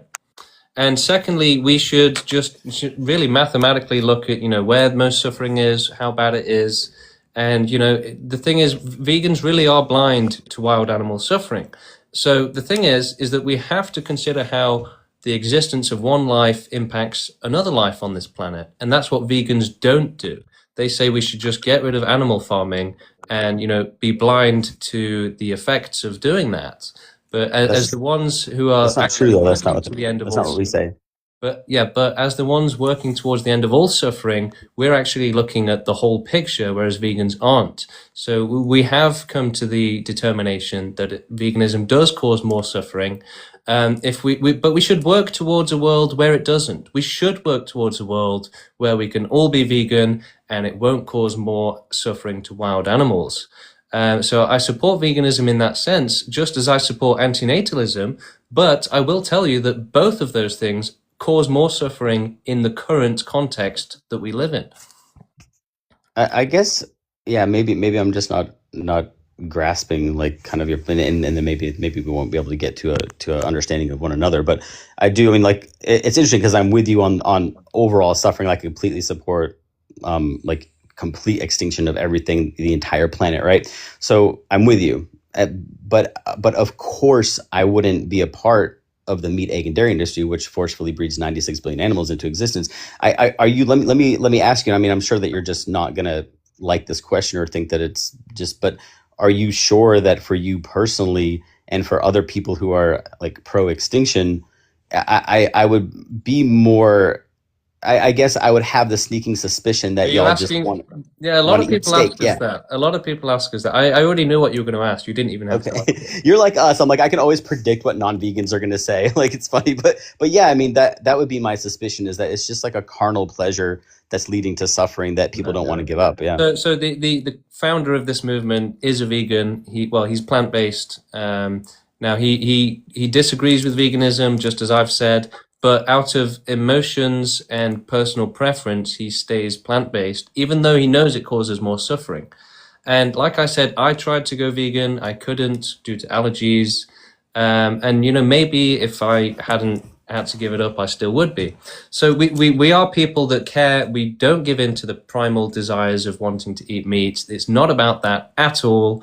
It really is just that vegans are the ones who are biased against wild animal suffering. So you really are focusing emotionally on farmed animals because we intentionally cause that suffering. So that's more of an emotional response that it's triggering in you. Whereas a more objective response would be to look at the bigger picture, how it impacts wild animal suffering, because it doesn't matter whether they're a farmed animal or a wild animal, they don't deserve to suffer.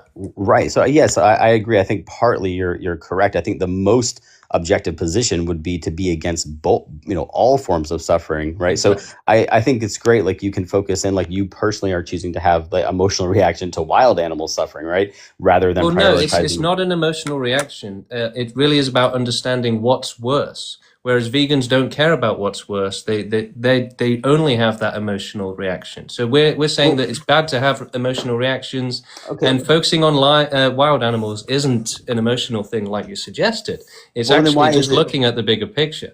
Yeah, I mean, so I don't know. I would just like gently push back against kind of like saying that all vegans feel a certain way, because I haven't done that to you, right? So, but I think that of course some vegans don't have an understanding of wild suffering, and that's unfortunate. But again, like, do you not see, like, you can do both, right? You can care about wild animal suffering and also care about 96 billion animals, right? And then of course, but you're suggesting that we only care about the farmed animals, right? No, I'm suggesting that we care about both. That would be the most logical. Right. So that's what we're doing, and that's what vegans aren't doing. Wait, so how can you care about the trillions of animals who we unalive every year, but also pay into a system that causes that existence and suffering? Well, like I said, if that's the lesser of two evils, then that's the right thing to do. But you can do both, though. Well, no, you can't. Basically, I mean, you can't support veganism and support reducing suffering, because it does the opposite. So you have to support the end of all suffering. If you keep focusing on discrimination and only focusing on farmed animals, then you're supporting discrimination, and that's supporting an invalid system that's never going to be effective or fair. Wait, how does veganism cause more suffering? Yeah, well, I've explained it to you already. It gives more land to wild animals who suffer worse. Okay, right, because you're saying that but I guess then I would have to look at the cold numbers, because trillions of animals. Think of it this way: if the entire world was vegan, if all humans were vegan, fully vegan, then we wouldn't be destroying nature. We wouldn't be doing agriculture, not aggressive agriculture anyway, and the planet would be far, far, far more natural and full of forest, right? Like the entirety of England would just be forest, whereas right now it's not. Okay, so that counts as non-vegan, right? You can't be a vegan and chop down a forest. Well, you can. Okay. Yeah, if you know the definition of veganism, but yeah, I mean, I guess. Yeah, well, that's another problem with veganism, and I was actually going to make a video about this. That veganism, it says we should be against animal suffering where convenient, basically. So it still says their suffering is fine and they should suffer for our sake. No, actually, so it really is not. It's actually an inbuilt cruel ideology. So I'll say two things, right? So first of all, I think that veganism and pro-extinction can live alongside one another, right? So you can be great. So let me give you the definition of veganism, because I keep saying that you don't know, and then I keep not telling you, which isn't good of me. So, and I keep getting distracted. But so the definition of veganism, it's a moral philosophy which seeks to exclude the exploitation of animals as far as possible and practicable. So it's not about death. It's not about these things. It's about using an animal's body. So you can be against animals existing in general, which I am, and also be against using them as a commodity or a resource. So being a vegan doesn't really say anything about suffering or death or anything like that. It's strictly about the exploitation of an animal. So we can be vegan and be pro-extinction. So the thing is that veganism isn't about ending all suffering. It's about selfishly and emotionally just supporting, one small issue. So it's not done in a logical or efficient or practical way. And the end of all suffering is a practical thing to do. It's a responsible thing to do. And again, we're looking at the bigger picture, whereas veganism directly excludes that. Okay, so it's not doing things the right way. It's not looking at the bigger picture. It's only focusing on one group and discriminating against others. But that's not true, though. Well, it is. Veganism is only about excluding the exploitation. So again, along the way, that's my whole point, is that very principle isn't good enough. Well, sure, but again, you can exclude the exploitation of animals. That's an invalid principle. It's a deficient principle. And so supporting veganism is like supporting something that doesn't make sense. It's just a bad idea to do. We should support the responsible and organized end of all suffering instead of just trying to focus on one small part of suffering, which is what veganism does. It's what other movements do. Every other movement has like a single issue. They're focusing on one type of suffering and discriminating against the rest and saying the rest should continue. Whereas our movement is saying all suffering is wrong and let's work towards achieving that. So we don't need veganism at that point because it's already baked into what we're doing. It's, we're way beyond veganism at this point. But you're still exploiting animals. So I think that you can be a vegan. Yeah, but you're exploiting animals as well, right? If you're saying that we should ignore wild animals and... Not what I'm saying. I've never said that, first of all, so come on now. But that's a straw man, and that's not really fair. You are focusing on a single issue, though. I'm not, right? So you can talk about veganism. You literally 5 seconds ago said that we're paying for the exploitation of animals, but you're focusing, you're discriminating basically. That's the problem. Well, if I was saying that I only find the exploitation of animals is the only thing that I find problematic when it comes to suffering, then yeah, of course. But that's not what veganism is, and that's certainly not what I'm saying, right? Once again, I'm aligned with pro-extinction 100%. I just think along the way, why wouldn't we also not exploit animals intentionally? Well, like I say, you have to look at it in the bigger picture. So what impact is that going to have on wild animals, right? So that's what vegans don't think about.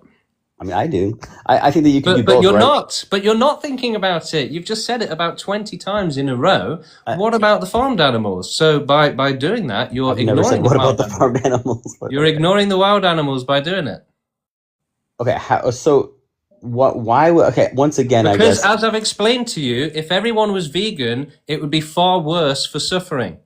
But that's not true. Like, I don't think that veganism... It is. Wild animals suffer worse, okay? They don't have medicine, they don't have shelter, they don't have consistent food, they don't have euthanasia, they don't have safety, okay? So they have the worst conditions, right? By far the worst conditions and the worst suffering. I agree. And they also have the largest population with the worst suffering. So you're ignoring the largest population, I'm not ignoring the worst suffering, and that's wrong. So by constantly saying, what about supporting all the meat industry though? Well, okay, but if we're doing that because it reduces suffering, then that's the right thing to do, and you're being emotional by ignoring that logic. Okay. So the queue is currently empty. If anybody else wants to join and let's have a conversation, hit that button and let's do it. All right, we've got somebody on. MKD. Hello. Hi, I just had a question. Would you not support the extinction of certain animals if those animals had a good quality of life? No, because only the lucky ones get a good quality of life, and really with animals, basically none of them get that anyway. The only lucky ones on this planet are humans, rich humans. Everyone else is suffering terribly, and there's always going to be unlucky ones and lucky ones. So that's wrong, and total extinction abolishes that unfair system. So if we say like 99% of life is suffering, but then 1% say isn't. What if we kept the 1%? But that's not a realistic thing. That's not how life works. If you keep that 1%, what are they going to do? They're going to reproduce, and they're going to force a new generation into suffering and unsafe conditions. But what I'm saying is, for example, if you had let's say we had like a regulated system where there was 10 million humans on the planet, and everyone had decent conditions, the population growth was controlled, everyone had like good access to resources. Let me cut you short, because I get this question every day. The standard we would need to allow life to continue is 100% safety. And for that, you would need basically omnipotence, godlike powers. Anything less than that, and you are risking them, you are putting them in danger. And there's no such thing as, these great conditions that you're talking about. You can't have safety from suffering in this world. It's too dangerous, right? So there really is no such thing as safe conditions, and it's just optimism and, danger blindness, basically, that would make you think that it is safe to live in this world. I mean, surely there's some risk that most people would be willing to take to have positive outcomes. Yeah, but we don't respect people's decision on that, because their decision is biased by nature. So it's not really in their own best interest. It's in nature's interest. And what is that? Well, it's reproduction. Nature is an evolution. It is just reproduction, basically, and what does reproduce and what doesn't. And so you have to have life that is really dumb and blind to the dangers of this world to just keep surviving and reproducing. It's very animalistic in that sense. So no, we shouldn't respect that. We shouldn't allow life to endanger itself. And the thing is that the life that is making that decision, it's not fully taking into account all of the risks to itself. And extinction is also about preventing that life from creating new life as well. So extinction gives them immediate safety from being trapped in a life of hell or from extreme suffering, and immediate safety to other life from being forced into this cruel world. Well, logically, if you had say a person's life and they had an 80% chance of nothing bad happening and their life being great, and they had say a 20% chance of something bad happening, wouldn't it be logical to continue that person's life?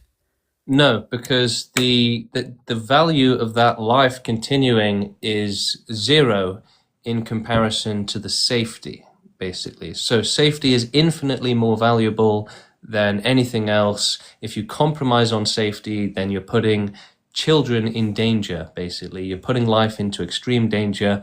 And there's really no realistic way to limit the amount of danger that you're putting life into in this world, because there's so many different things that can go wrong, so many different ways that you can suffer, so many different ways that you can be trapped into a life of hell with no escape, begging for death every day, extreme misery, extreme agony with no escape, and then a cruel death as well. That's the ultimate harm, is to be forced into a life of misery and extreme cruelty, where you'd be better off not being born. But we can become trapped in a life of hell at any point. This world is far too dangerous and cruel for life to exist in, basically. By what criteria would you put safety above everything else as the most important thing? It's common sense, really, that safety is more important than anything else. Compromising on safety directly puts children in danger. So there's really nothing in this world that is more valuable than safety. And because especially because the risks of compromising on that safety are so extreme and so unacceptable, and are virtually unlimited in potential for severity and volume, right? If we allow a small group of life to continue, it could reproduce and repopulate a planet, and the suffering could continue for billions of years. So it's about the safety to that life form from suffering, and the safety that they pose, the risk that they pose to other life by reproduction. You could, I think the point I was getting to is you could kind of remove other life that would be in severe danger without any prospect of any kind of positive outcomes in life. But The I'd thing say is, this world is just too dangerous. There is no way to provide safety. Only non-existence can provide real safety in this world. And how do you know that? Well, we don't really know, I guess, what non-existence is. It's kind of like a 50-50 chance of even what happens I after think it's death. just nothingness, but it's ultimate safety at the end of the day. So, when people are resting in peace, they're resting in safety from suffering. Can you be sure though, because you don't exactly know what happens after life? Could be Well, something worse. yeah, it seems much more likely that you just go back to nothingness, and that really you only exist in when you do exist, essentially. That might be the most likely outcome, but like you said, safety would be above everything. So, like, even if there was, say, a 10% chance that something worse comes after life, that We should be. operate on the scientific method, which means, if someone gives us some evidence that there's an afterlife, then we can consider it. But it's not practical to operate on those suspicions, basically, and superstitions. Well, I don't think science has come to a consensus that there is or isn't really. It's just it's, I'd say, a complete unknown So either there's way. no evidence of an afterlife, right? So I think the best thing is to just assume nothingness. We can assume, we could even put a 95% chance on that, but by your standard of safety, that But you 5% don't put would still probabilities be. on it. No, it doesn't work in terms of percentage chances. It's just, what seems more practical, what's more rational. Is there any evidence of an afterlife? No, we only have evidence of a life existing in this world while it's alive. But there's no evidence against an afterlife either. Yeah, but the burden of proof is on you if you're going to suggest something exists. So we don't have to prove it doesn't exist. Yeah, all I was saying is that something could be there, and then with that possibility, whatever the chance is, because we have to. There's a lot of things to consider with this. For example, why do we feel? Why do we have sentience? Why aren't we just genetic code that's acting out like a computer or a mechanical device without actually feeling what's happening? The thing is, you need the sentience for evolution, right? So we developed suffering as an evolutionary advantage because it makes us do what nature wants us to do. Otherwise, we get tortured. We suffer. So yeah, like you have to have it, basically, if that makes sense. Well, couldn't your genetic code just function like an if-then statement on a computer? But that's not how life works, right? So that's not what we're dealing with. Or do you think a cell has sentience? Probably not, no. But it still functions. That's still life. That's still an organism, and it still functions without sentience. What's your point? Well, the point is that the fact that we have sentience and that we're not just some kind of biological organisms mechanically acting out what we're coded to do, and that we are actually experiencing is some form of evidence that there may be an experience which is something broader than the current life that we are currently experiencing. How is that? I don't think that is evidence for that. Well, logically, if there was no such thing as an experience broader than life, then we shouldn't really be sentient. We should just be... Well, because sentience wouldn't exist. It wouldn't be capable of existing. How do you know?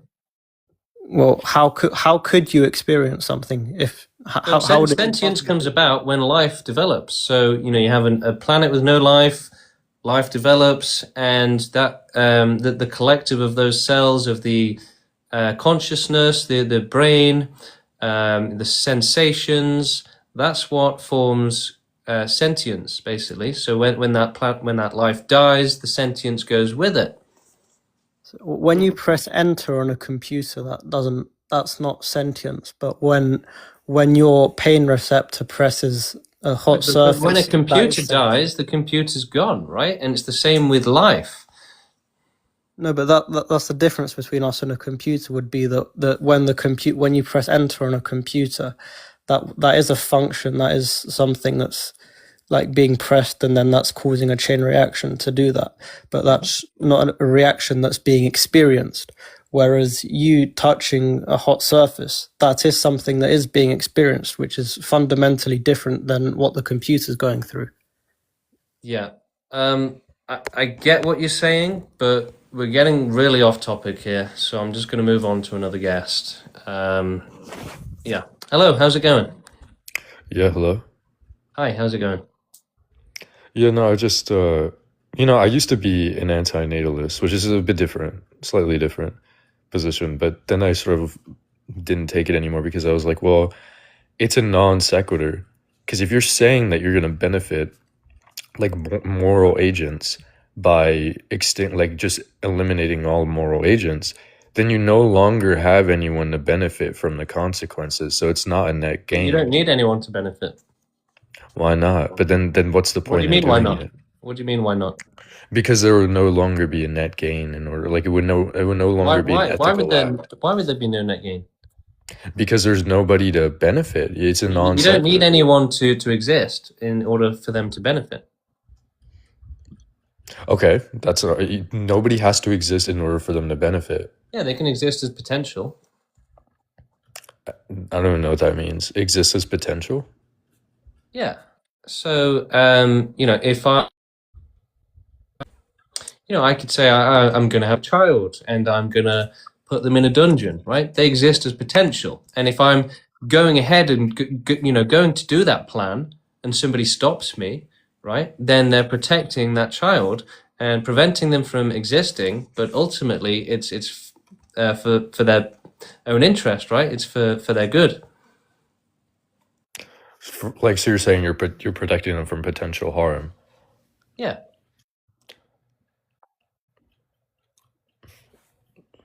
Think of it this way, okay? The world we live in is effectively hell, okay? So preventing new life from being sent to hell is a good thing. So that's what it's about. And in this world, it really is hell-like conditions. You've got children being molested to death. You've got animals being abused by sadists and by nature, babies being eaten alive. It really is a true hell that we live in. And, we shouldn't keep sending life here to suffer. But you would have to explain why suffering is such a bad that you would just extinguish all life. Like you would have to, phenomenologically, we avoid suffering. Now, why is it something that we know it exists, you have to sense. It's just common sense. You just have to think about it. The safety of a child from being molested to death outweighs anything else, right? So safety comes first. Safety from a life of hell is more valuable than, some shallow, fleeting pleasures that you might get. So, if we're deciding, should children keep getting tortured so that some selfish people can have fun, the answer is no, right? So it's as simple as that. Yeah, but who are you to decide that just unaliving the baby is better than the baby experiencing certain moments of joy? Yeah, so we're not talking about unaliving babies. We're talking about not forcing babies to be alived so that they don't eventually get unalived as well. If you're against death, then extinction is your friend, because extinction puts an end to death happening. I don't know. There's a lot of people who enjoy their lives, and their lives are great. I don't understand why you would take that. But their enjoyment is worth less and nothing in comparison to the safety of a child not being molested to death, right? Or not being eaten alive, not being trapped in the life of hell. Safety is more important than fun, right? So, what's more important, a child not getting abused or some selfish person watching Netflix? It should be a very easy choice.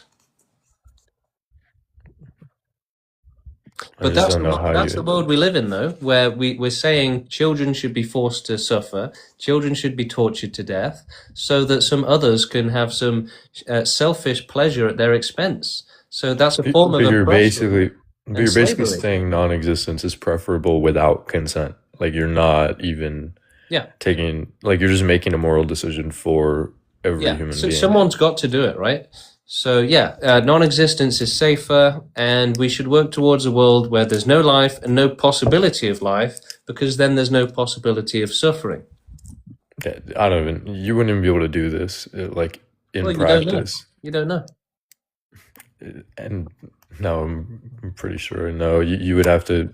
Genetically, it wouldn't make sense if you were like halt like reproduction even for a bit. What do you mean? Look, Like we've realistically, already made several species of animals go extinct. sure. So I'm saying humans in particular. And what about us? Saying like if you were to, I mean, you're not gonna just go about. I mean, I'm hopefully you're not just gonna go around unaliving everybody. The point would be just to stop reproduction. Yeah, so we would go ahead and euthanize all of humanity, because Jesus, dude. yeah, because that provides them safety from suffering, and that's more important than anything else. And Safety also, from suffering, but you're treating as if non-existence is like preferable without anybody's consent. You're saying you have to make the decision. That's not morally, like, it's not morally not. You can't just say that I decide that this is morally the ought that we have to it's do. not that we're deciding. You know, we've deduced this, we've put it together. You know, this is a conclusion, not just a random decision. Right. So, yeah, we should work towards the end of all suffering and ultimate safety from suffering, ultimate prevention from suffering. Anything less, and you're putting children in danger. And there's really nothing that can justify that. So, you know, if we have to choose between making sure children don't get molested and making sure that, you know, people like yourself can have Netflix, I'm going to support the child who's going to get abused over anything else. If you're different to that, then I would say that's sad, and that you should prioritize the safety of children over everything else. But why wouldn't you prioritize the well-being of everybody rather than just extinction? If you can put in the effort in this philosophical idea of just making everybody extinct, you could probably make some sort of philosophical, you know, decision just for some sort of utopian ideal where you can sort of have resources for everybody and no children have to suffer. The thing is that there's no such thing as 100% safety in this world. You would need omnipotence to provide that. If we ever invent that, then we can think about it. But until then, anything less than 100% safety means risk, means danger, means putting children in danger. So that's not acceptable. So even the slight potential of a child being in danger overrides 99% of like human well-being, assuming this utopian ideal that would be absolutely. Suffering holds infinite value over pleasure. Right? Okay, you have to justify that. Do you think suffering holds infinite value over pleasure and well-being? Yeah, because you know, no one needs to be alive, no one needs to have fun, no one needs to exist. Whereas life does need to be safe from suffering and to be safe from a life of hell. So yeah, absolutely. You know, the thing is that, you know, this suffering, extreme suffering, is so terrible that it is unacceptable. Whereas life not existing, that is acceptable. There's not a problem. There's no harm done. There's no suffering. There's nothing bad about it. It is expendable. Okay. And it's unnecessary to have life existing in cruel conditions. If you want to, you know, work towards safe conditions for life, then that's what you can do. But we should prioritize safety for life from suffering. You know, safety from children being tortured is always going to be more important than, you know, Netflix for some selfish people. And I don't disagree with that particular last statement, but why wouldn't you just commit yourself, instead of the extinction of all beings without their consent, just commit yourself to a utopian ideal where everybody is doesn't have the potential. There's no such thing. There's no such thing. I could say the same thing about extinctionism. There's no such thing. It's unethical, though, right? So you're saying that instead of preventing life from being forced into torture, we should continue to let it be forced into torture while trying to cure every last disease, for every last animal, prevent earthquakes. It's nonsense, basically. You're talking magic. You've got to solve every last case of suffering, every last injury, every last accident. It's insane. It's impossible. Whereas we can guarantee safety with non-existence. It's practical. Euthanasia already exists. Magic doesn't exist, right? So what's more practical, euthanasia or magic? Euthanasia. No, because you would just need like at least I mean some sort of I can imagine some sort of technological civilization that is reducing the potential of suffering to the point where being alive is a net gain and you know you don't have Yeah, potential but the suffering. thing is that we already have euthanasia, and euthanasia guarantees safety. So reducing suffering is a tool by oppressors. Instead of ending slavery, you know, they say let's just reduce it a little bit, right? But no, we should end all slavery. We should end all suffering, and we shouldn't try to prolong it and expose children to danger. Yeah, I don't disagree that we should try to reduce all suffering. The idea is why would you do it by overriding the autonomy of everybody and just euthanizing them versus Because ending suffering is more important. accelerationism. Because ending suffering is more important. Yeah, but ending suffering and well-being is also more important, right? Where you're just ending suffering without taking into account, first of all, the consent of all the beings that you're euthanizing. Well, Second of that all, consent is the manufactured consent, right? So you're talking about the consent of animalistic consent, right? no, So I'm just in the talking same about the way, consent listen, of the in the same moral way that a agent. rapist won't consent to, you know, go to prison if he molests a child, right? Life is making bad decisions. So we shouldn't respect bad decisions, animalistic decisions. We should prioritize safety from suffering, and, you know, basically think of the victims and their safety and not think of the privileged ones and their shallow, selfish pleasures. Right, like, I don't disagree with that. But you know, you ask any human, you ask 90% of human beings, you ask, you know, any Yeah, because wild they're animal if animals. they could Because they're communicate, they don't want to because die. they're animals, right? And do you know what an animal is? It's something designed by nature to be stupid and to be irrational. I don't agree with that. And we're not ultimately irrational in most cases. We're animals, right? Well, Unless you, animals are by default irrational, right? And humans are by default irrational. And the reason for that is because that irrationality basically drives reproduction. but if you're just gonna say humans are irrational, then how can you even justify your argument? I could just say you're irrational. It doesn't make any sense. It's like a non sequitur. People want to live. Look, Animals want to live. there is no way to say that providing safety from suffering is irrational. It's common sense, right? It's So common. it's Yeah, very, common it's sense isn't a very good easy. justification to euthanize half the population. Well, it should be common sense, right? If it's not common sense, then if it's not an obviously correct thing, then maybe there's a problem with it. But the end of all suffering is an obviously correct thing. It's common sense that no child should suffer, no one should have to suffer, and we should be safe from extreme suffering. Yes, reducing all suffering when there's people benefiting. If there's nobody benefiting and they're all unalive, then what's the point? It's a non sequitur. You said you're protecting them from potential harm. I get that. You can benefit from non-existence. There's nobody to benefit. There's So nobody let me there. ask, but what you're saying is so incredibly stupid, right? Imagine this, right? Would you go up to a vet about to put an animal out of its suffering and say, you know, don't put it out of its suffering because if you do that, then there'll be no one to benefit? That's how stupid your argument is. That I understand. If it's you know, So yeah, really stupid. Okay, so you don't need anyone to exist to benefit. You know, again, we live in hell, so not being sent to hell is automatically a benefit. It's stupid to say anything else. Hello, how's it going? Oh, hi. So yeah, I just read about your website and the pro-extinction movement, and I just want to know how we do it. Yeah, I've actually just made a video about this today on my channel on TikTok. But yeah, we have to grow the movement and get as many people together as possible to work on creating a suffering-free world. So we need to take over the world and then to carry out total extinction. That's the only way it's going to work. But that only be work for humans, right? Like, how do you euthanize all of the animals in the world, including the ones who live on the deep of Mariana Trenches, we could say?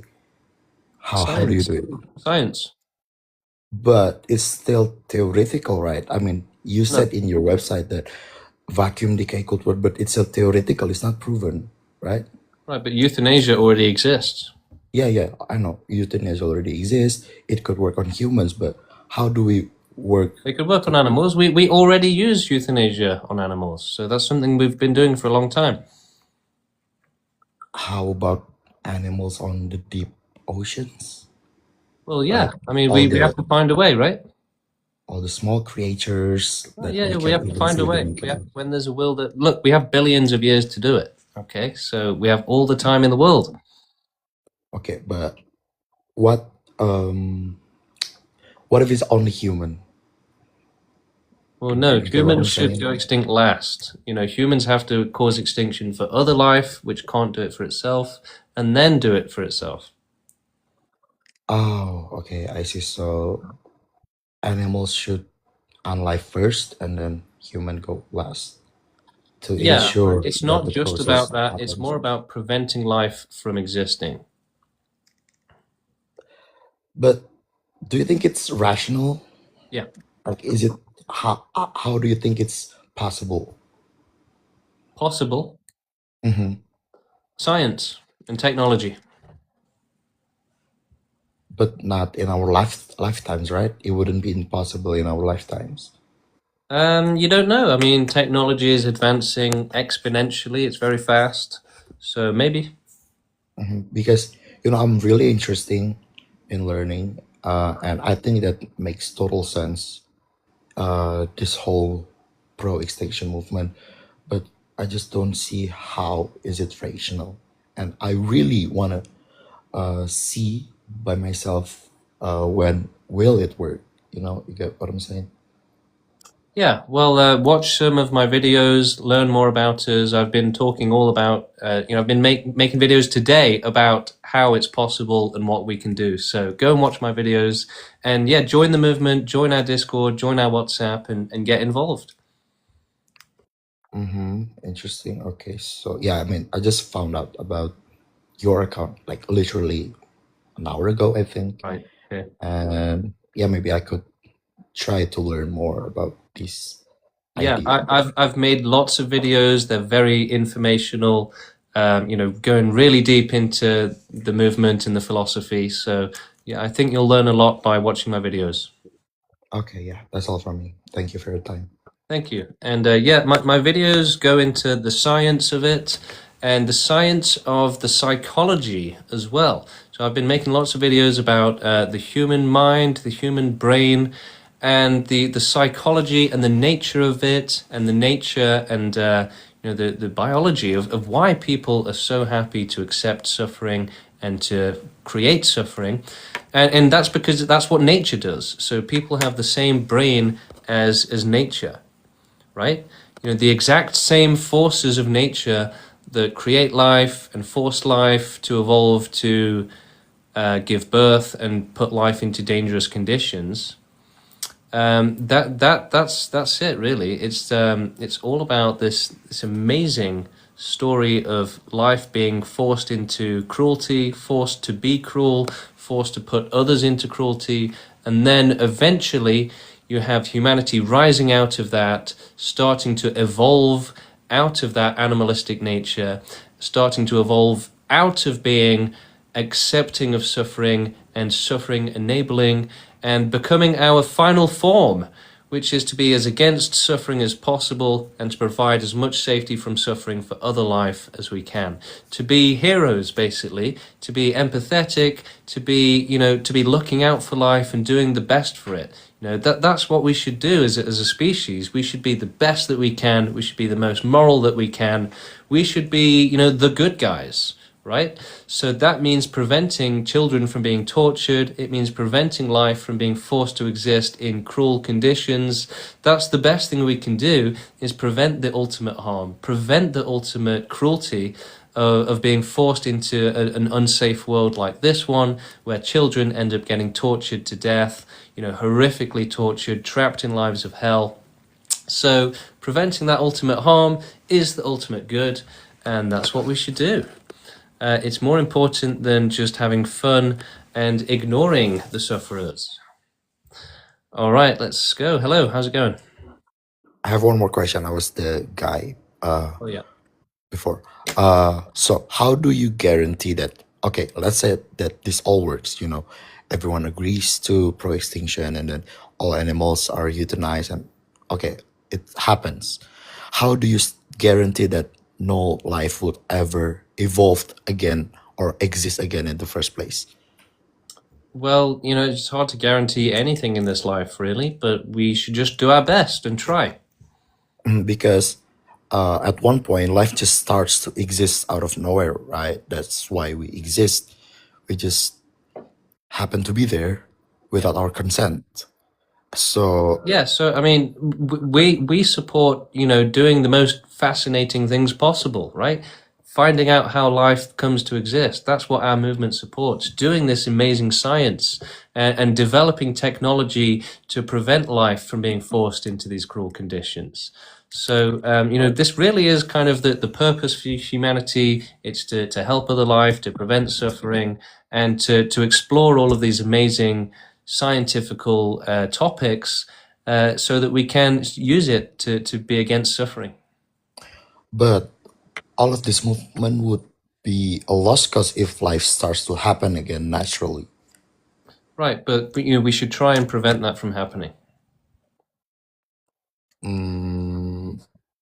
But we already did not exist by then. Also, it wouldn't be a lost cause even if that did happen, because if we prevent billions of years of suffering on Earth, then even if it does come back, which would be a shame, it would still be better than not doing it, right? But really, we should be optimistic about trying to prevent life from coming back. That's our mission, and we have billions of years to do it. So we have all the time in the world. It's a big job. It's difficult, I know, but we have all the time and resources to do it. What if we can't? Then well, the point of our movement is to just do as much as we can, basically. I mean, like, what if the science says that it's just impossible to, Well, some people have the vision for it, other people don't. So, the people in our movement, we see that it is possible. We see that we can do it. We see that anything is possible. We have that confidence. Some people, they're too controlled by nature. They can't see that we can go against suffering, and they don't have the vision. So we're just looking for people that have that, the intelligence to see that we can do this. We should try and work towards it. Whereas everyone else is just trying to find excuses not to do it. But that perfectly aligns with nature and what nature wants. So, are you on the side of nature or are you on the side of being against suffering? Okay, all right, I see. So, how many people are in this movement as of right now? We've got around 20 people, maybe more. 20. Yeah. And you are the mind master behind all of this? No, I didn't make the movement. Oh, then where did you get this old idea from? The movement reached out to me. They started talking to me and invited me to join. All right. So where should I join the movement? Like, how do I get more information on this? So go to the website. You can read all about us. There's lots of information on the website. And if you want to join the movement, go to the bottom of the page on the website and you have a button, a link to our Discord server and our WhatsApp group as well. The Discord is more for kind of questions. The WhatsApp is more for serious activists. But you can join either of them and ask any questions that you have. So how long has this been going on, this movement? The movement has existed for 3 years, and I've joined the movement myself about 10 months ago. Okay. So why do you think that in 3 years there's only 20 people in this movement? Yeah, because it's against nature's conditioning, right? So, like I said, as humans, we don't have freedom in our minds. We don't have freedom in our brains. Our brains are designed specifically to be irrational, to be illogical, and to force life into cruel conditions. That's the only thing. The most important thing for life to exist is that the life should stupidly force its offspring to exist in cruel conditions, unfair conditions. over 99% of life born on this planet will die a horrible death as a baby, because that's what happens to most life in nature. So it really does come down to forcing life to ignorantly force other life to exist into that danger, right? There's no rational way to force your babies to be tortured to death. So life and nature had to force the minds, the brains of all animals on this planet to just be okay with it, to not care about suffering, to accept suffering, to like suffering, and to think it's okay to have children tortured to death as a regular thing. So that this mentality is completely animalistic, and any person or any animal that went against that and wanted to had different thoughts and didn't want to be a slave to nature, they went extinct. They stopped surviving, right? So I've made lots of videos about this on my channel. You should go and watch them. I explain it in more depth. But yeah, the reason the movement is so small is because we're going against nature. We're going against suffering. And life only exists when it is cruel and when it supports suffering. So we are the exception. We're very rare.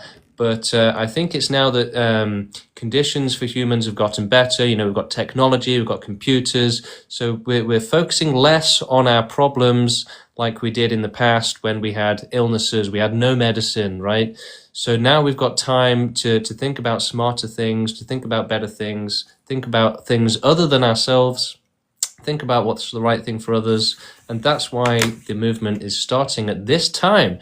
I think it's quite possible that the benefits from technology are directly responsible for the movement coming about, because life has gotten comfortable enough to where we can stop focusing on ourselves and start thinking about other things. Yeah. I completely agree with you on all of that things.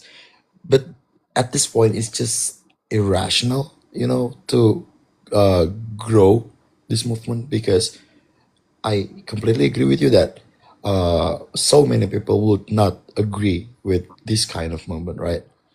How do we convince them to agree on this movement? Well, that's what we're working on, and if you want to join us to do that, then join the movement. But if you don't think it's possible, then, what can I say? Don't worry about it. Yeah, because there's a slight chance that it could work, maybe 0.001%, but yeah, it has so much work to do, right? Yeah. And so long. If you believe in it and you think it's possible, then do it. If you don't believe it's possible, then that's a shame. But, we're going to keep fighting to find the people who do think it's possible and that we should try and do it. All right. Yeah, okay. I think that's all from me. Thank you so much for your time. Thank you for coming up. Okay, let's see who else we got. We got Lenny L. Let's try them. I'm not sure we've had them on yet. Lenny, how's it going? Yo. I had a question. Yep. So, you guys, you want to exterminate humanity? Well, is that too violent? Like, a way to say it? I mean, we want to prevent all life from being forced into unsafe conditions. So that does mean removing humans, removing animals from the world, and having a world with no life and no possibility of life. Okay, so let's say like there's a few people remaining after like you guys have erased maybe most humans and all animals and stuff. How can we guarantee that you guys are gonna commit to doing it yourselves? Like, how can we guarantee that? How can you say that you're gonna be able to end it yourself? Because I'm assuming that you guys will be the last ones remaining. Yeah, right? well, Because you want to see it ideally, through to the end. yeah, well, I mean, I don't know about that, but ideally, there'd just be systems in place to account for that. Uh-huh. Okay, so you're not sure how you're gonna. Well, look, You can't there's so much to the movement, right? We don't focus on the small details like that because they're not important. I mean, it would be a big detail. Well, I mean, I'll explain why I think it's a big detail, because You know, it's that's hundreds of years in the future, right? So I mean, yeah, it is, it's of not course. really But relevant. the reason, but the reason I'm saying that is because if like someone's in your movement is like, oh, I actually changed my mind, I don't want to kill myself, then they would have to justify like all this like extermination that they've done, and I just think it's a moral issue, right? So I don't know. What do you think? No, I think that's a very small. It's a small burger, you know, small beer. Is it? Yeah. Okay, I mean, I guess morally speaking, well, I guess to you, I guess it's not like that important morally. Yeah, But and look, we want to do you have Extinction as a to. collective, right? So there doesn't have to be one last person pushing the button, No, right? it won't There are be. other Yeah, ways to do it. it'll be a group of people. Like, I mean, obviously, like your movement will have like a bunch of people, and then I guess I'm just assuming that they're gonna grow into like huge organization. But there'll be like a few people of your movement left. So how can you like guarantee Well, look, that we don't they're know how gonna? it's going to play out. You say there's going to be a few people left. Yeah. We don't So know that. We don't know that. okay, Right? but that's the point of the hypothetical, right? So It it's could all be like, run by AI at some point in the future, right? The AI is going to make the oh decision. man. Yeah. I mean, but that would okay. That's a good point, to be honest. Then the robot could just say, like, follow its programming and say, yeah, just kill everyone. Exactly. I guess that could be a solution. Yeah. Yep. Okay. Well, that's the question. Thank you for your time. Thank you for coming on, Lily. Yep. Lenny, appreciate that. Right, who else have we got? We've got someone called Follow Me. No, I think they've left. Let's get Clint Eastwood on. You know, one of my fans. Always good to talk to a fan. Hello. Hello, James. Hey, how's it going? I'm good. It's my third time here in the panel. Yes. I just want to ask a question that bothers me, like in my mind. What's the difference between atheism and pro-extinction? I knew you Because were I going saw to ask that. I knew you were going to ask that. And it's a great question. I love answering this question. So ethelists are basically people that don't really believe in extinction. They don't really support extinction, and they don't believe in doing activism for extinction. And they also, they only care about human suffering, so they don't support animal extinction. And they also support, you know, things like letting the privileged ones decide. I thought that like atheism is like an extension of antinatalism that includes also animals. Isn't it the case? It means different things to different people, but a lot of ethelists that I've spoken to don't care about animals. But all ethelists that I've spoken to believe in not doing activism. So we actually debated the founder of ethelism, Gary Mendham, and he told us himself, and he put it in writing, in emails as well. He said we shouldn't do activism, we shouldn't organize against suffering, we should just allow it to happen. And he said that we shouldn't do extinction, and that, you know, we should just let basically the privileged population just decide it when they feel like it, basically. So essentially, he said that we should never end suffering. Yeah, I watched a lot of his videos, and I watched like a lot of your videos from the pro-extinction with Steve. And I think the debate went really wrong, and like he even contradicted himself while saying that like we need to gain consent from the majority of humanity, otherwise we are just imposers. Yeah. And I think that if he wasn't so angry, maybe he would see his own contradiction. Well, I think he got angry because we basically proved him to be inconsistent, right? We were saying, because, you know, we're saying like, okay, yeah, life is bad, let's do something about it. And he's saying, no, let's not do anything about it, which doesn't make sense. It's an indefensible position. So he couldn't defend his position, and that's why he started shouting and left. Yeah. So can you try to explain to me, as I told you, I consider myself pro-extinction, so extinctionist. So all my questions is in order to learn. I don't try to debate you or to debunk you. So if it sounds that the questioning is trying to debunk you, it's not. It's in order to learn. So what do you consider like the biggest main obstacles for the movement in order to achieve its goal? Like, because at the moment I see like religion is a problem, ideologies are problems. We don't have the means in order to do it right now, maybe. So can you try to? Yeah, we don't have enough activists. That's the problem. The plan is to keep getting more activists, to keep growing the movement, and eventually it will get to a point where it's easier to grow the movement and more automatic. So that will mean that we don't have to spend all of our time just trying to grow the movement. Instead, we'll actually be able to work on projects and to develop the movement instead of just begging people to join, basically.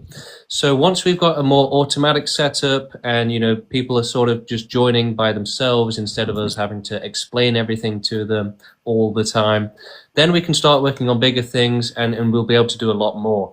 So I guess, we really are in like phase 1 of the movement where it's really small and all of our effort and time has to go on growing the movement. Phase 2 is when the movement is big enough to where we can start doing other things. But right now we just have to focus on growing the movement, getting more people in, because we can't start working on other projects with so few people, right? We need more people so that we can start working on bigger projects.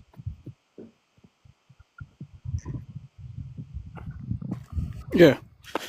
And on a personal note, I just want to say to you that I admire like your not just your intellect, the way you explain things. And I try to look up to your name on YouTube, and I found your channel, and there is only like maybe 2 videos or 4 videos. Right. And I just want to say that I have 2 think channels. that it will be.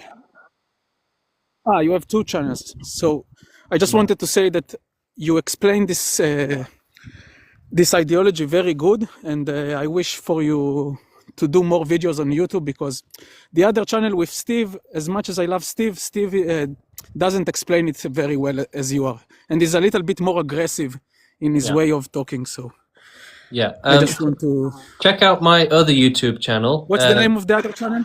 It's Universal Extinction, and I have all of my Universal Extinction, and I have all of my live streams from TikTok are on my YouTube. So we have about 25 episodes of my TikTok streams debating people. That's all on YouTube. You can go and check that out. Search Universal Extinction on YouTube. There's like 50 hours of me debating people on TikTok that you can go and watch. Fantastic. So thank you. Okay, thank you again. And as always, consider joining us directly. Join our WhatsApp group and say, hey, I'm here to do activism. How can I help? And we'll find something for you to do. The best thing you can do is make videos and live stream. But there's other stuff you can do as well. For example, you could download all of my videos and re-upload them onto other platforms. You could make a page on Facebook and just start uploading all of my videos and other activists from the movement, their videos too. So that's a really good thing you can do. There's loads of apps, loads of platforms, Facebook, Instagram, YouTube, other places to upload re-upload our videos. Hell, you could start like editing out my debates and stuff. But there's other stuff as well. Like we made the website. We've got a podcast. There's lots of other ways that we can get things out there. Lots of other things we can work on. Whether it's working on an extinction AI or developing the website further, or trying to develop new ways to grow the movement. There's lots of things that you can be doing. And again, if you support all of this, but you're not sure if you're good enough or if you're smart enough to help or whatever it is, join us anyway. and you might be able to help with something when you don't expect it. We might be talking about, what do we do in this situation? And maybe you'll know what to do, or you'll have an idea, or maybe we'll suggest a form of activism that you can do, and you'll say, oh, right, actually, yeah, I can do this. This is going to help. I can do it. So better to join instead of not joining. Let's get some more guests going. We've got Mr. Utse, our biggest detractor, one of our biggest detractors. Hello. Hello. How's How it are you? going? I'm good. Very good. Listening to you. So I have a question regarding your view on empathy, because you're saying that it doesn't come from nature since nature is so bad, right? It does come from nature, but nature tries to suppress it. Okay, then how do you think it developed, like against nature, if it's being suppressed by nature? That's a great question, actually. And I think part of it is just that my personal belief is, like I was saying earlier, I think that life is getting more competitive as it's getting more developed, it's getting more intelligent. So over the last few hundred years, I would say that society has become more intelligent, right? And so that progress, that advance, that is getting us towards rationality and empathy. And so it's really just now starting to happen. It's possible that, more and more empathy will happen in the next 100 years. It's also possible that this is a special Goldilocks zone and that in the future there won't be as much empathy. So it's difficult to say. Because empathy is provided by nature, because you have a family. Your instinct says that you should care for your children and family members to ensure your personal survival. So empathy has been on a smaller scale, but you're saying that through comfort it extends, right? Yeah, exactly. So, like you said, people only have a circle for their empathy. What we do is we have no circle, right? So it's just infinite. It's just empathy for everyone, everywhere, every time, as much empathy as possible, right? So other people, they discriminate. They say, my family matters, your family doesn't matter. My race matters, your race doesn't matter. So it's all about discrimination and trying to make that circle smaller.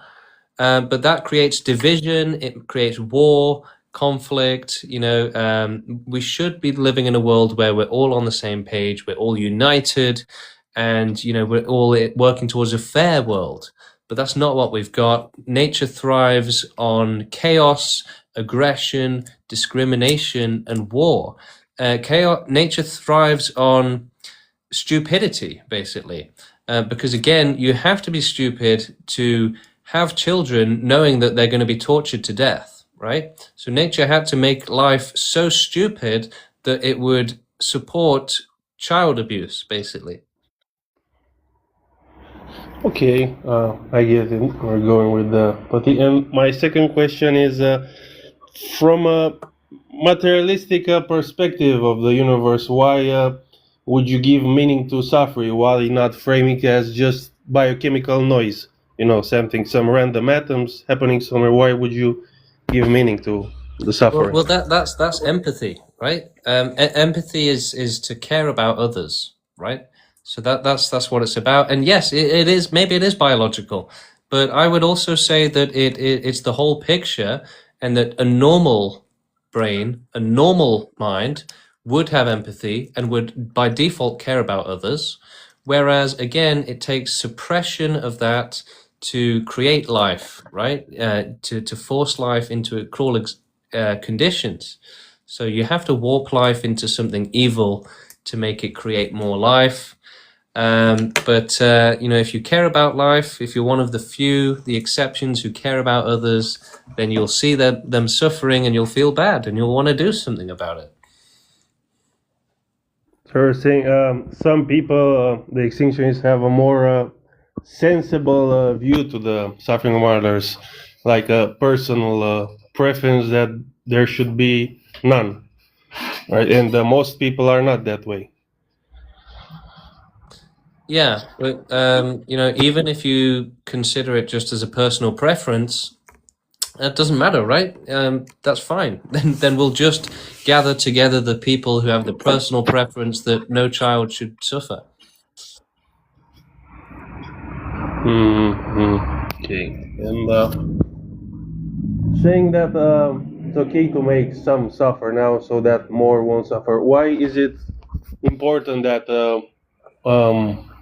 those in the future will not suffer compared to the ones here right now living? Yeah, because there's no reason to discriminate except for selfish reasons, right? So to care about the ones in the future means more obligation, more moral obligation, more things to consider. So it's only selfishness that would make you want to not think about others, not consider the ones in the future. And actually, the future life is the majority. They are the majority stakeholders. They are the largest population with a consideration in this argument. So they should have the most consideration because they're the largest population. So a bit of discrimination is okay, like you're discriminating against the one living right now, and you're discriminating positively for the ones that are not born yet. So it's not really about discrimination. It's just about how do we get to a world with no suffering? And if you have to cause a little bit of suffering to end a larger amount of suffering, then it makes sense. It really is just down to how do we be as against suffering as possible. okay, thank you. This was my questions. Thank you. Good luck with the live. Thank you for coming on. I appreciate you coming on and your questions, and I appreciate all of your little troll comments on my videos. Yeah, I do find it funny. So yeah, comment on my videos, guys. It's always interesting to see what you think. The queue is completely empty right now.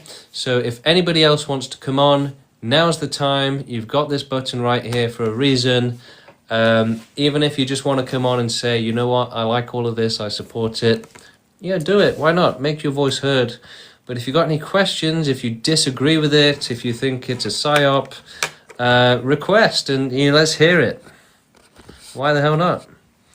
All right, we got Phobia. Hello. Hey. Hello. Am I coming across all right? Loud and clear. Wonderful. So I just saw this, so this is completely new to me. And at first I thought it was a troll, and I realized you're not trolling.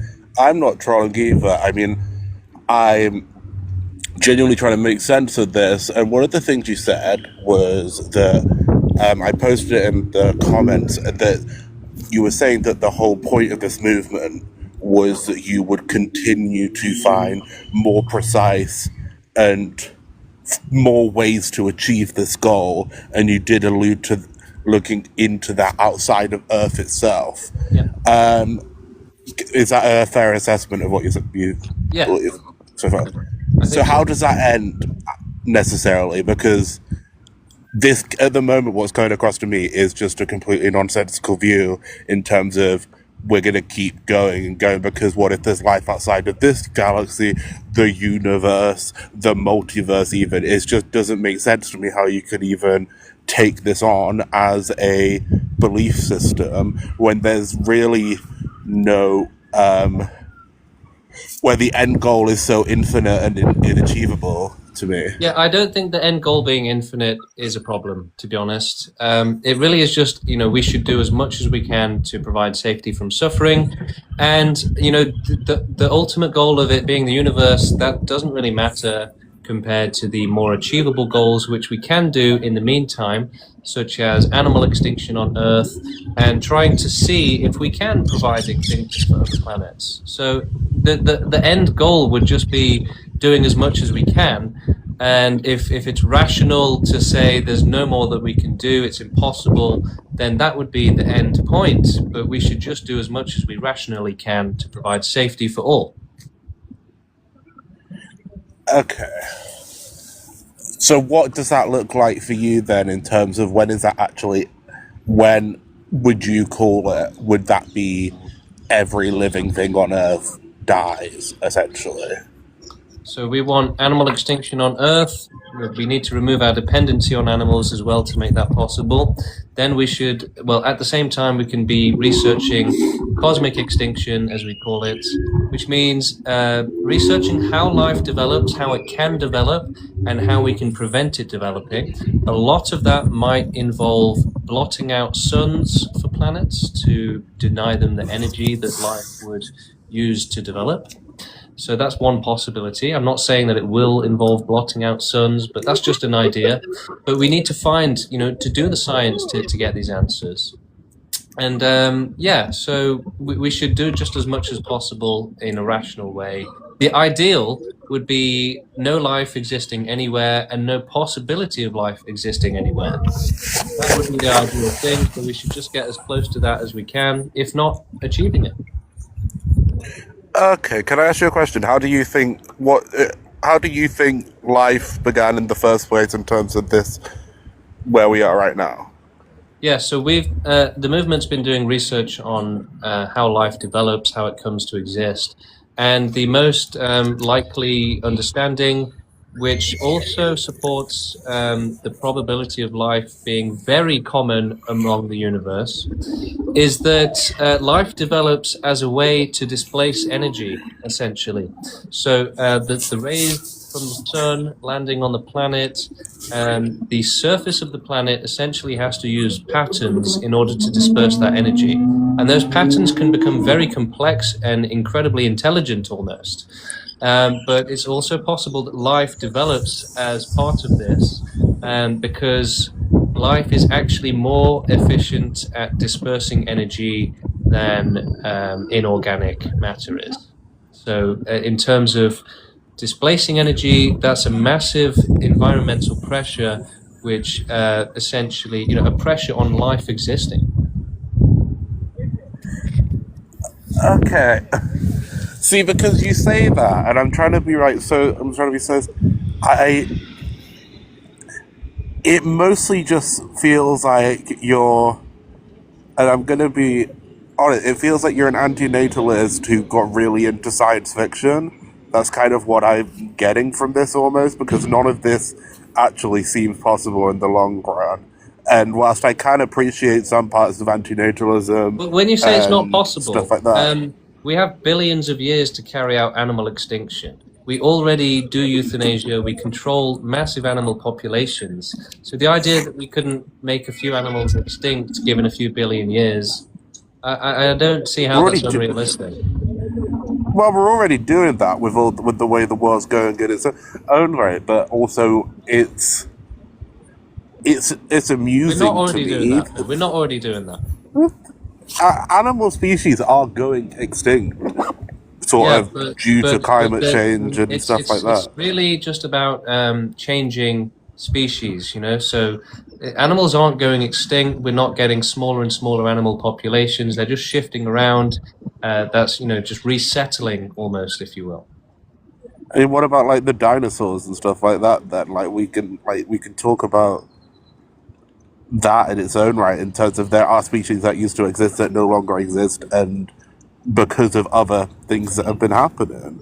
Yeah, but there's never been any intelligence or intention behind it, right? So we can absolutely carry out extinction. We have billions of years to do it. It would be silly to say that it would be difficult to do it in that timeline. The confidence you have that your TikTok page and your website will go, this sort of thought process will go on billions of years, considering where we are right now. I don't understand how you're going. Okay, so we have our TikTok page now. We've got lots of channels. We've got lots of activists.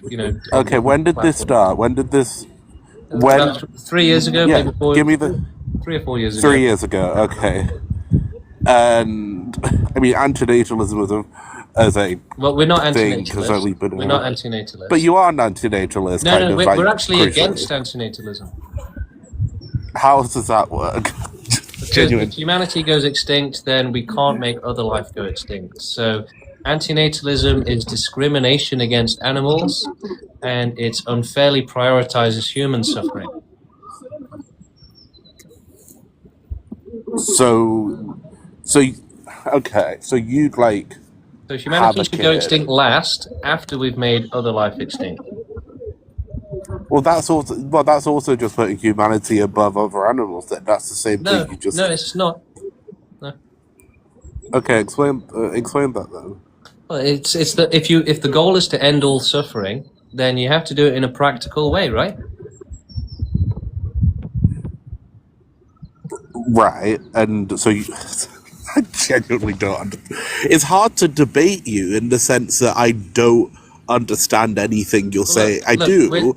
From sort of Extinction is about preventing billions of years of suffering. So if we don't do it, life is going to keep being forced into terrible suffering. So we have to do it. These torture victims are relying and depending on us to do it, right? So the vast majority of life will benefit from extinction and is depending on us to cause extinction.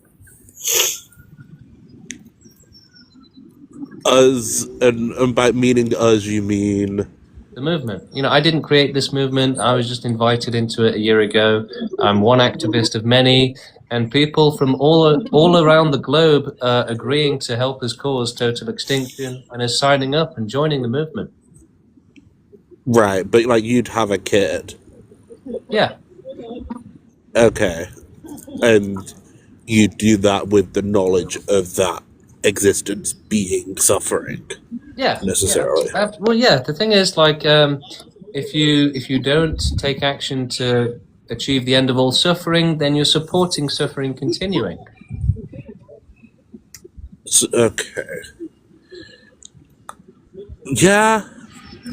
I mean, your logic is consistent, I suppose, in terms of the way you're looking at things. I suppose my other question is, why is this the quickest option as opposed to other more utopianist solutions, I suppose, in terms of dismantling of capitalism? Because that still allows suffering, right? So we should prevent life from being forced into without consent and into these cruel conditions. So even if you had do you agree that communism and utopia, you're still forcing life to suffer. It's still oppression, it's still cruel, and it's still unfair and wrong. Right, but do you agree that some suffering is worse than other suffering?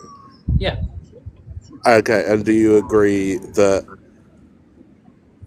there is a level of suffering that kind of is good? I suppose. Yes, I don't know how to. But the thing is, the problem is that the only way to guarantee safe conditions like that is with magic. Okay? There's no other way to guarantee safety. And yet that feels more realistic to me than what you're proposing, I suppose. But that just shows how warped people's minds are, right? They've been warped by nature to support nature and to support suffering.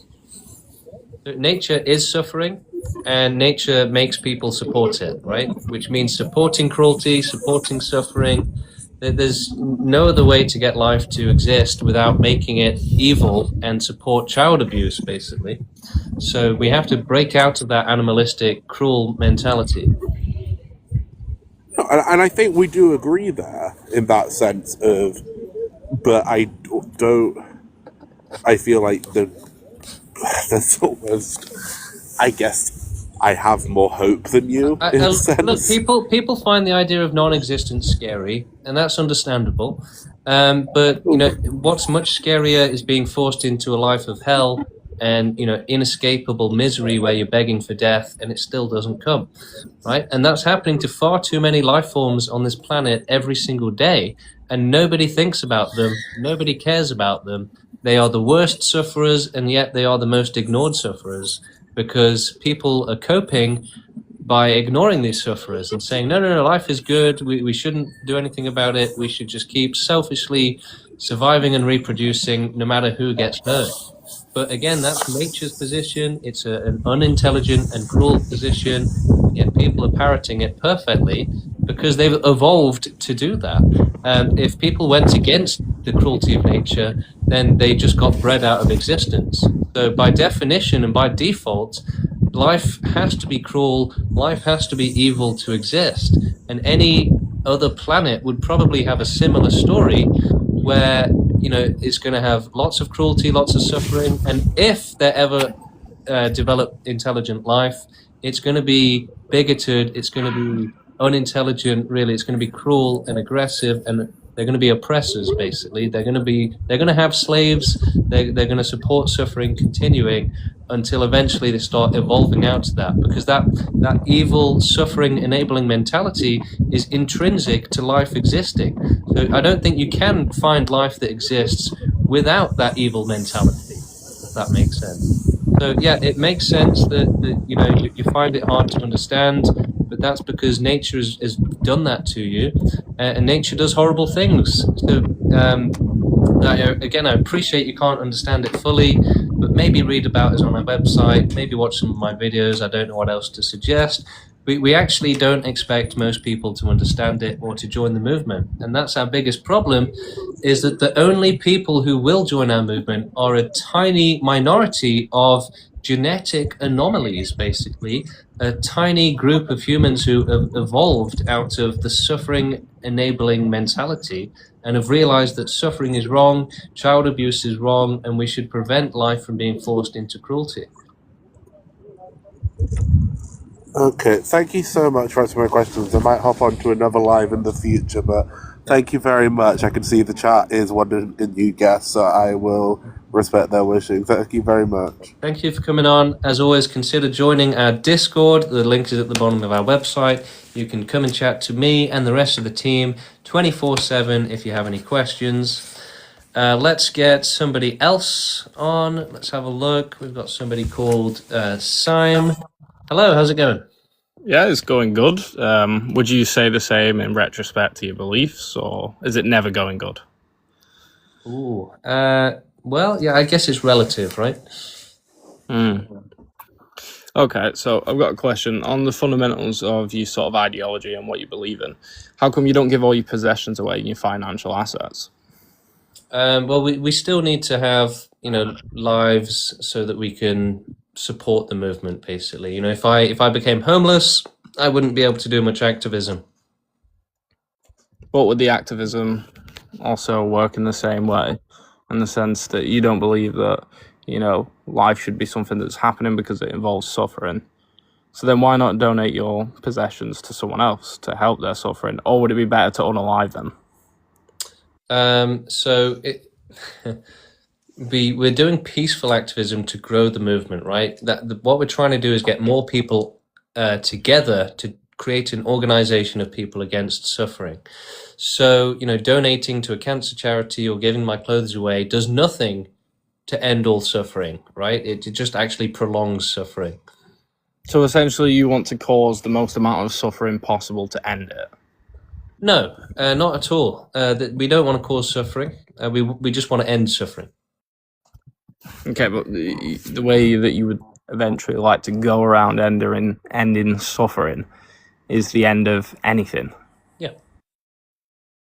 Okay, but you've got to understand in perspective. That's like saying, say, if your relative, you know, got an infection, instead of giving them antibiotics, should they end it there?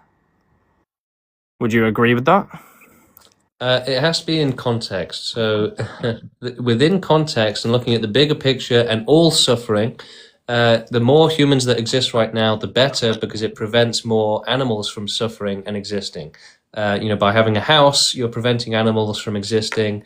And you know, there's lots of ways in which we use land without even realizing it, like our food supply. So every human that exists right now is good. It prevents suffering for other life, and it also gives us a chance at engineering extinction. However, to answer your question, if it was in a moral vacuum and it didn't affect other animals, then non-existence is always better. So the safety of non-existence is always better than the dangers of existence. Okay.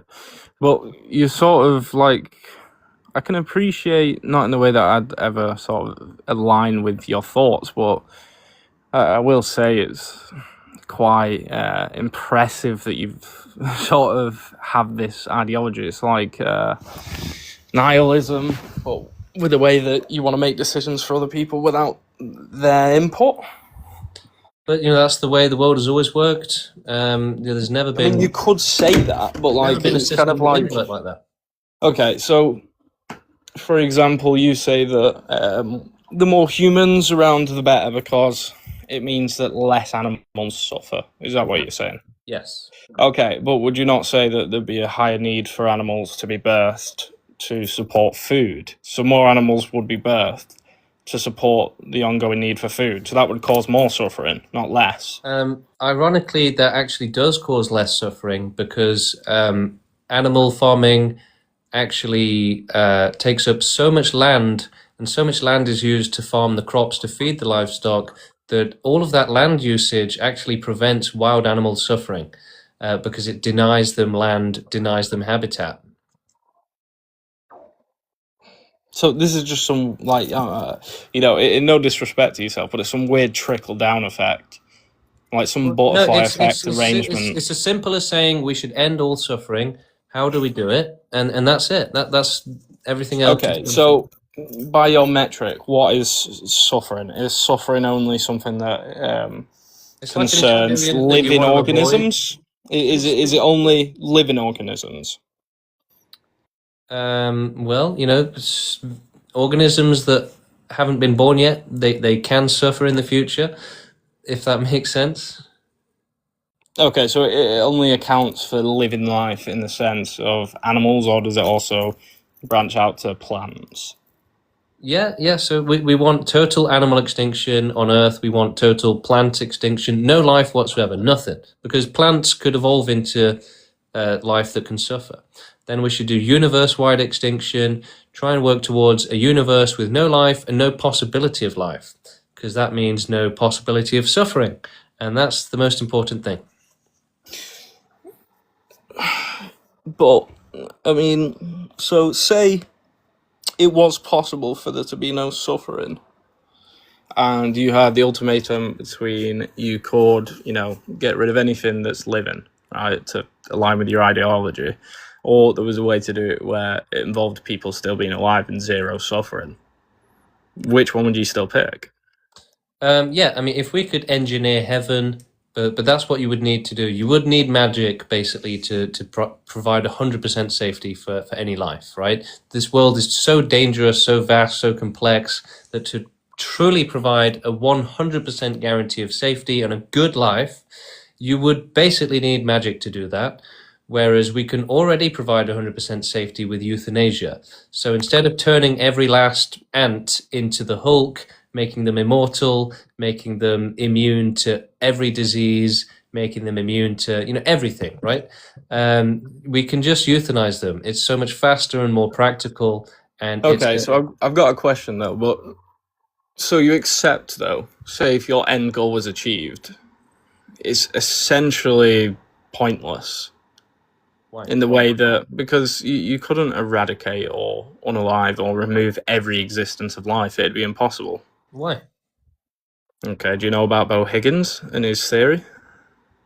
So the idea was he made a certain measurement within space, that space was actually a vacuum and it wasn't a endless amount of space. So if something was to enter the vacuum and essentially pierce it like a paper bag or something like that, the entire thing would collapse into itself. Now, theoretically, some people believe that the universe, that happens. So everything just happens over and over again. So essentially the Big Bang would just reoccur and life would re-exist. So what I'm saying is, even if you eradicated every single planet in the universe, at some point in time, or whatever variation of sort of, measurement you could use, it would end up happening again. So how would you fulfill your destiny by eradicating all? Say you destroyed every single planet, right? Unalived, absolutely everything. How are you going to stop it from eventually happening again? Well, firstly, so it's a temporary thing, is what I'm saying. Well, even if it were just a temporary thing, it would still be better than nothing. If we can only help 5 out of 10 people, it wouldn't make sense to say, "No, don't help anyone," right? That would be completely irrational. But we can try and solve these problems and these puzzles basically, and just do the most we can to provide safety from suffering. And yeah, that might mean preventing the next universe from happening, right? Who But knows? you couldn't prevent that. But well, you don't know. But I do know, because it's mathematically impossible that you could prevent the next universe. Well, you don't know that for sure, though, right? I mean, Well, humanity you is do, only. Well, because think about like it. Think about it, though. Think about it. Humanity has only just started its adventure into science and technology. We've only had the internet for 30 years, right? So, the things that we can do a billion years from now would probably blow your mind. Okay, correct. But I think you're sort of leaving out the fact that you say that science has always been a thing, and laws of physics and whatever has always been a thing. We've It's only just a case recently of learned about what atoms are. I mean, come on. no. But what I'm saying is, it's just our understanding of it we've only become aware of it. It's a case of, is something you learn because you understand it, or is it because how someone else has understood it and told you? This is becoming more of a philosophical sort of semantic thing. No. Really, it comes down to just we should do as much as we can to prevent suffering, right? So if the galaxy is the limit, then so be it. But we should try and get past that if we can. If we can't, then so be it. But we should just try and do as much as we can until we can do no more. That's all we're saying. Okay. But then you would have to accept in the same sort of sentiment that the complete opposite of what you believe in would work the exact way. No. So why not focus on that? No, you have to. You're saying if it could only expand out to this universe or this galaxy or whatever like that, if it could only expand out to that, where you could make life, no suffering, everything fair and equal. Yeah. Then why wouldn't you do that? And before you say, well, no, because you can't do that. Well, you just said before that that's not what I was there's gonna so say. much in science. You did. You said that we could eventually just let me stop answer. all So suffering. I know what you're asking, and I can answer. This is a simple answer. It basically it would be unethical. Is the answer. So if you're prioritizing pleasure over safety, then that's unethical because it causes suffering and it endangers children, basically. So do you reckon if you euthanized the child's parents, that would cause less suffering than letting them grow up? Yeah. Really? And can you explain that? Yeah, so euthanasia provides immediate safety and no more suffering. So by default, What's the immediate safety of a child's parents being euthanized? Who's going to cook that child's tea? Can you give me a bit more context on the scenario? Because I'm not very clear on what exactly... Right, okay. The scenario's very simple. So you are one by one, causing the solution to your said problem, and you're starting it off by euthanizing a child's parents. Okay, euthanize why both would you parents. start off by doing that? I don't know, but by your metric, a small thing to end suffering would work. You're presenting an unrealistic scenario. So how's that unrealistic? How's it realistic for everyone to get behind your cause and go, yeah, let's all euthanize ourselves? So if we cause extinction, then that prevents billions of years of more suffering, right? So it's impossible to cause more suffering than you'd be preventing. And also by providing euthanasia, you are guaranteeing that they won't suffer a cruel death and a cruel life. How do you know that? Cruel by what? How do we know that? Is in physical harm, or are we talking about emotional? Because I guarantee you, if you all harm, so would you say emotional distress is suffering? Yep. You agree? Yep. So if someone's like, no, I don't want to be euthanized, you're like, well, no, I'll euthanize you. And you being upset about this happening is way better than you living your life out till 80, having a wife and kids, experiences, and then passing away in your sleep. This is way more. Yes, way better. It's safer. It's safer. Right. One thing I want a genuine question, because I can't tell if you're being serious. I am serious. Yeah. Right. It's like. Look. You have to admit, right? If you were to be able to go back in time, right, and see your ancestors, and if they were to be able to have a conversation with you, and the amount of endurance and suffering, life is about endurance and suffering, which is a bad thing. Well, it depends on your perspective, No, isn't it's it? a bad thing. It's absolutely a bad thing. Life being But cruel the thing is is, obviously a what bad could thing. you actually do about it? What can we do about it? We can cause the end of all suffering. No, but in the sense of endurance and suffering, if a farmer gets sad because it's rained too much and it's killed his crops, then he should unalive himself, so then he doesn't have to endure any more rain. No, the thing is that the only way to prevent like the really bad forms of suffering is with total extinction. So you're focusing on like getting wet from the rain or something, but that's a brain defect within inside you that's making you think of that and ignoring a brain defect. Wow. Yeah, because you're ignoring the logical part of this argument, which is protecting the real victims from extreme suffering.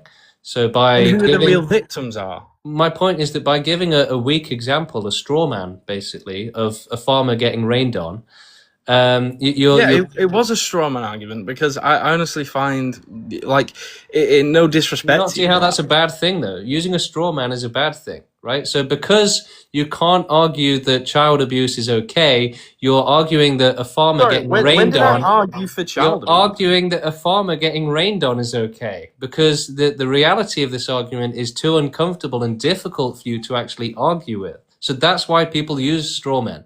Not essentially. Well, yeah, in this whole sort of, I wouldn't really say this is a debate. It's more interesting, to be honest. 'Cause I've never really spoken to someone with these ideologies, so extreme. And I honestly can't tell if you are the world's do you greatest really actor. think it's extreme to say that we should prioritize safety for life and not compromise on What safety? does safety involve, though?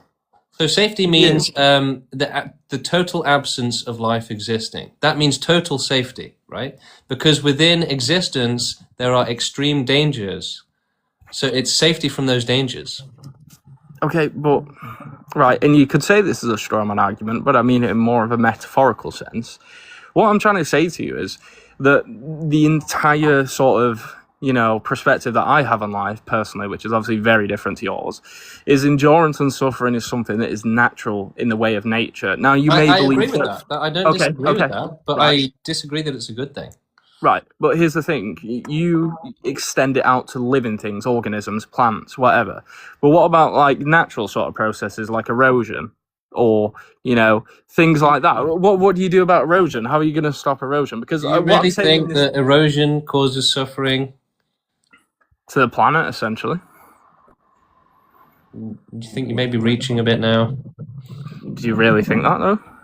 How's that reaching? You could say, how is that to reaching avoid in the talking sense... about child abuse, you're talking about farmers getting rained on. Right. You're talking Please about stop going back to this child abuse. You're talking about soil. You're talking no about soil. idea.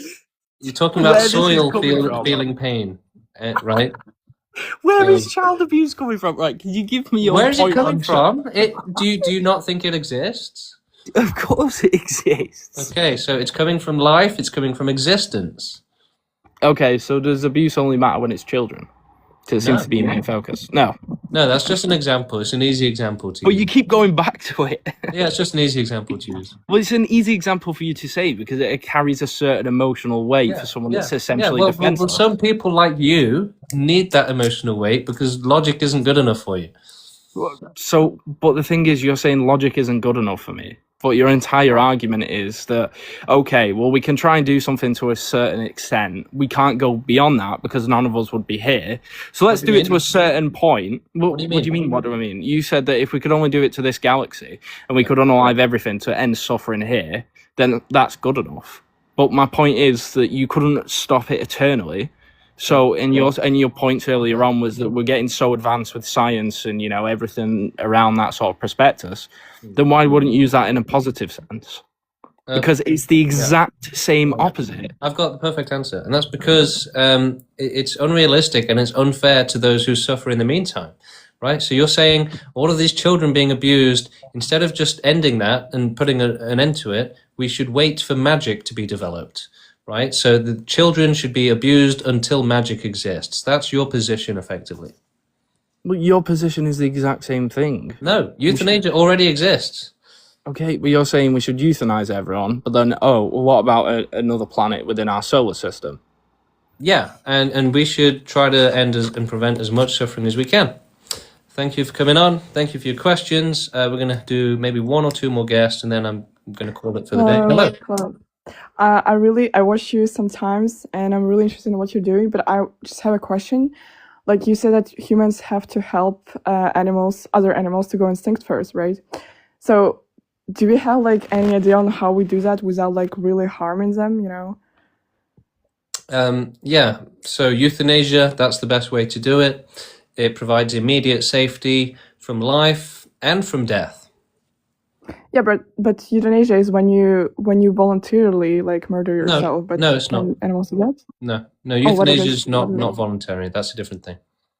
Oh, right. So how is it happening with other animals?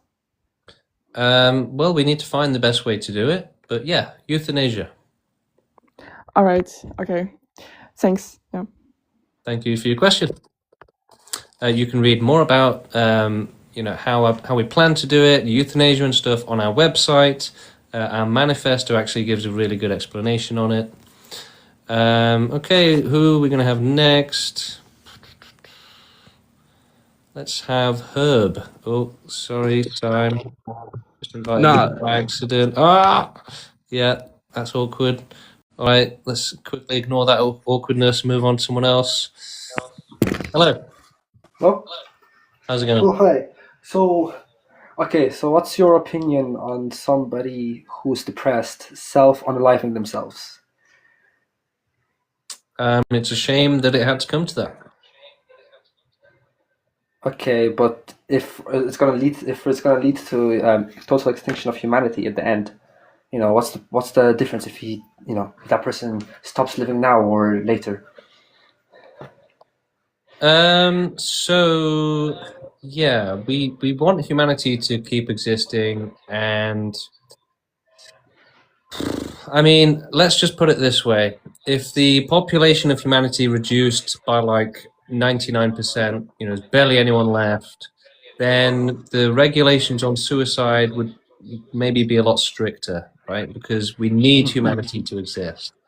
So in terms of suicidal people, I would say that one of the biggest reasons people are suicidal is that we live in a terrible world.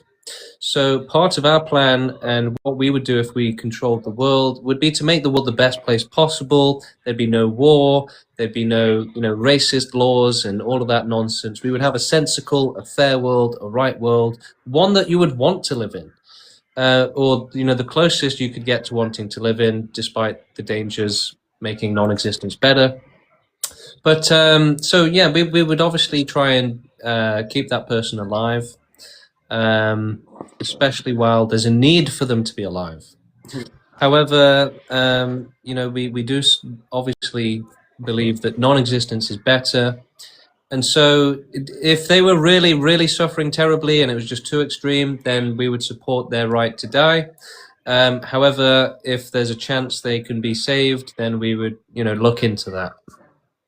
So I got one last question. So you know the Canadian program MAID? Yeah. Medical assistance in death, in dying, yeah. Sorry, you're cutting out. So do you think if somebody is suffering, do you think they should be offered programs like MAID first, or should they get counseling first? I mean, I'm not really an expert on it, but it's different for different situations, right? If you've got like chronic pain and, a cancer or something, then counseling isn't going to help, right? No, I'm talking about mental, only depression, anxiety. Yeah, but I think they have to get counseling anyway, right? In order to qualify for MAID. Well, I've heard stories of veterans being offered MAID, without any counseling. I don't know. I don't live in Canada, so I don't really know. But, we support the right to die. We support the safety of non-existence. But the only consideration is, how does this impact the rest of the world? And how does this impact ending all suffering? In the same way that humans existing has an impact on animals, has an impact on the mission to end all suffering. So it has to be seen in context. Thank you for your question. All right, we've got time for a bit more, so let's keep going. No, it's not a cult. No, it's a real movement. It started 3 years ago, and it's the movement to end all suffering. So we're doing peaceful activism to work towards a world where we prioritize safety from suffering and safety from being forced into the cruel world that we have. And because, prioritize safety from the ultimate harm. What is the ultimate harm? It's being forced into a life that you never asked for, and then being tortured for that entire life, trapped in a life of hell with no escape, begging for death, and then maybe you get a cruel death at the very end, finally. So, trapped in a life of hell, that's the ultimate harm. Extreme suffering, that's the ultimate harm. The majority of life on this planet will get eaten alive as a baby. That's one of the worst harms. So no one deserves that. You wouldn't want to experience that. Your mother wouldn't want to experience that. Nobody should have to experience that. And yeah, so that's what safety means. It's not safety from stubbing your toe. There's more important safeties than that, like not going to hell, essentially, not being trapped in a life of hell. That's far more important. Okay, who's next? Working my way through the queue.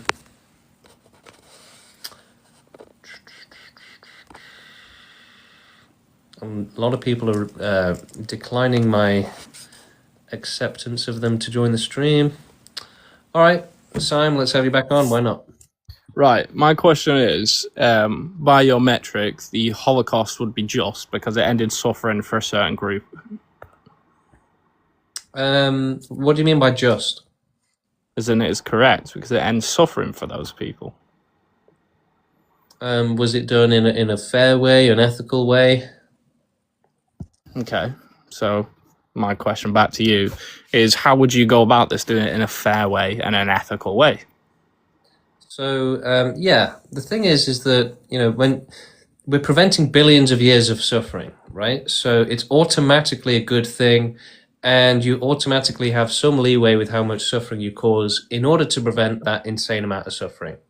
Okay, but by what you're saying doesn't answer my question, because my question was, by going about it that way and not accepting people's input that they wouldn't want that to happen, why is that then incorrect? So therefore the Holocaust was just. Correct? Come on, give me an answer. Don't dodge this. Of course it wasn't just. The Holocaust. Why not? was done- Why not? Because if you said that the end of all life would stop suffering, and if but the someone said, Holocaust didn't no, do I that. don't want to do The that. Holocaust Why didn't do didn't it that. do that? It aimed to end the entire group of a certain demographic by unaliving them and getting rid of them, ending their suffering. So by your metric, that was the correct thing to do. Was it discriminatory? Who cares about discriminatory? Because Right, you're so stopping them from discrimination's suffering, a bad aren't you? thing. No, discrimination. No. You can't add emotional arguments into this. No, when my point- your entire thing is okay. My So you're point- saying all no, 8 listen, billion people would My say point is that a discriminatory system is not an acceptable system or an effective system. so. Your system would be discriminatory in the end goal. No, as is against discrimination, right? Okay, but how's it against discrimination if you say, okay, guys, I'm now the leader of the entire world. We're going to euthanize everyone. If someone says no, what do you then do? Well, the thing is that the Holocaust involved, cruelty, right? And it was done with cruelty in mind. It was done to be cruel. Right, got you. No, I get where you're coming from. So we should have euthanized all the Jews. No. Why not? The Holocaust wasn't a good thing, right? All it did was create a lot of... But ending their suffering was good, wasn't it? So please explain that to me. Yeah, okay. So the thing is, unless you're causing total extinction, then you're not actually achieving anything, right? So life just replaces that life. So you haven't actually achieved anything. You haven't really reduced suffering. You've just caused more suffering. Okay, so... Right, so he should have started with the Holocaust and then branched out to every single person. No, he should have just said, you know what, suffering is wrong. We should work towards a world with no suffering, and we should do it compassionately and ethically. How can you be compassionate whilst ignoring someone's decision? But people do that all the time, right? Doctors do that all the time. Police officers do that all the time. Vets. No, I'm asking you. You're the head of this said organization and this belief. I'm not the head asking of it, you. no. I'm not the head. You're not the head of it. No. Are you the bollock because like, or are you the bumhole because you're talking absolute shit? So what's even your question?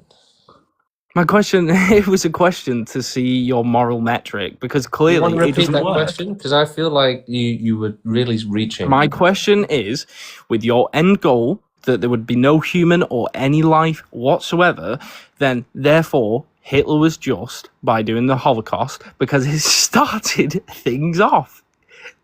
Don't shake. You must be a rage baiter, honestly. Props So to do you. you think Hitler wanted the human race to go extinct? Well, that's irrelevant, isn't it? Okay. We're talking about extinction, and that's irrelevant to you.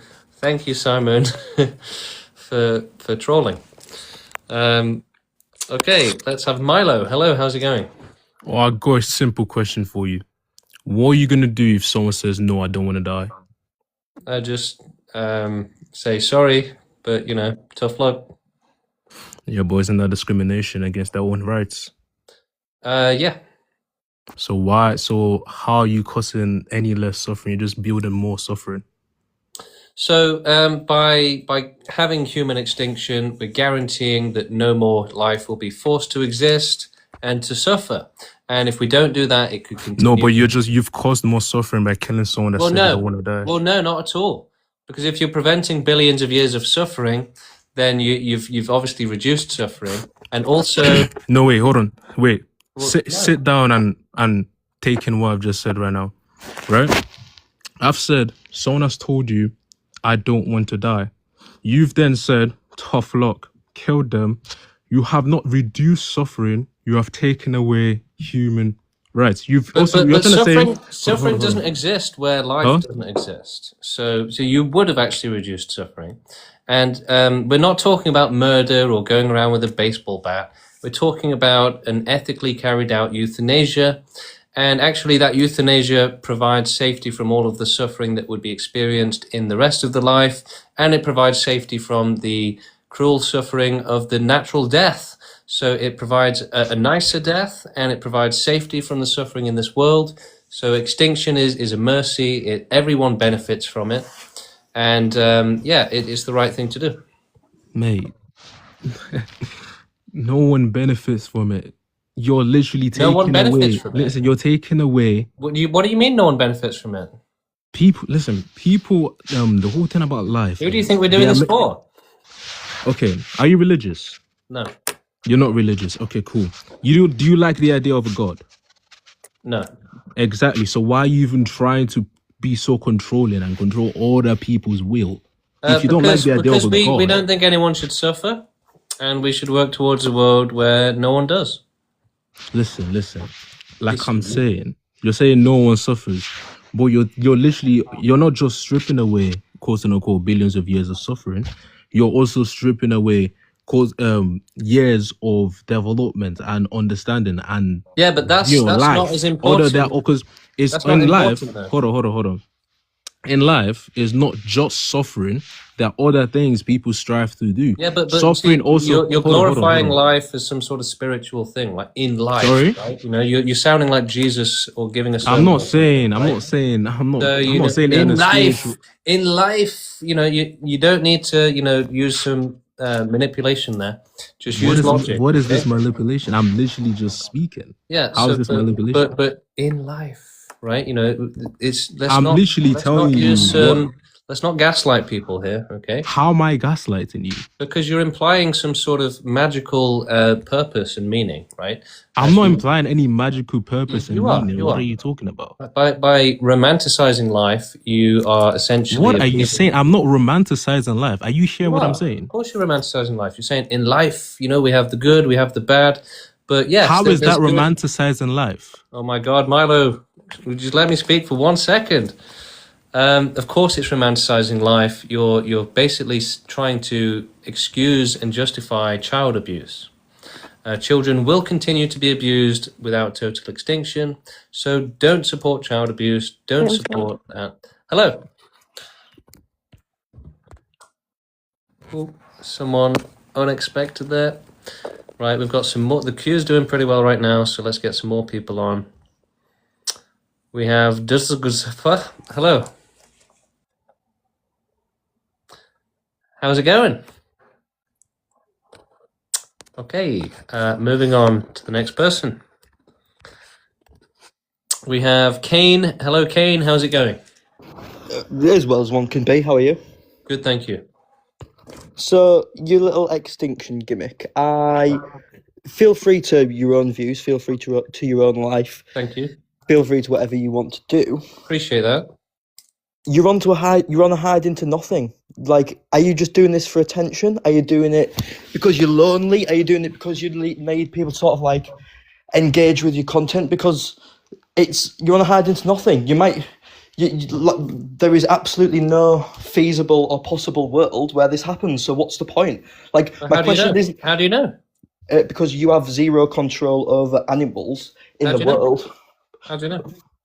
Because you are simply one man. You are not a deity.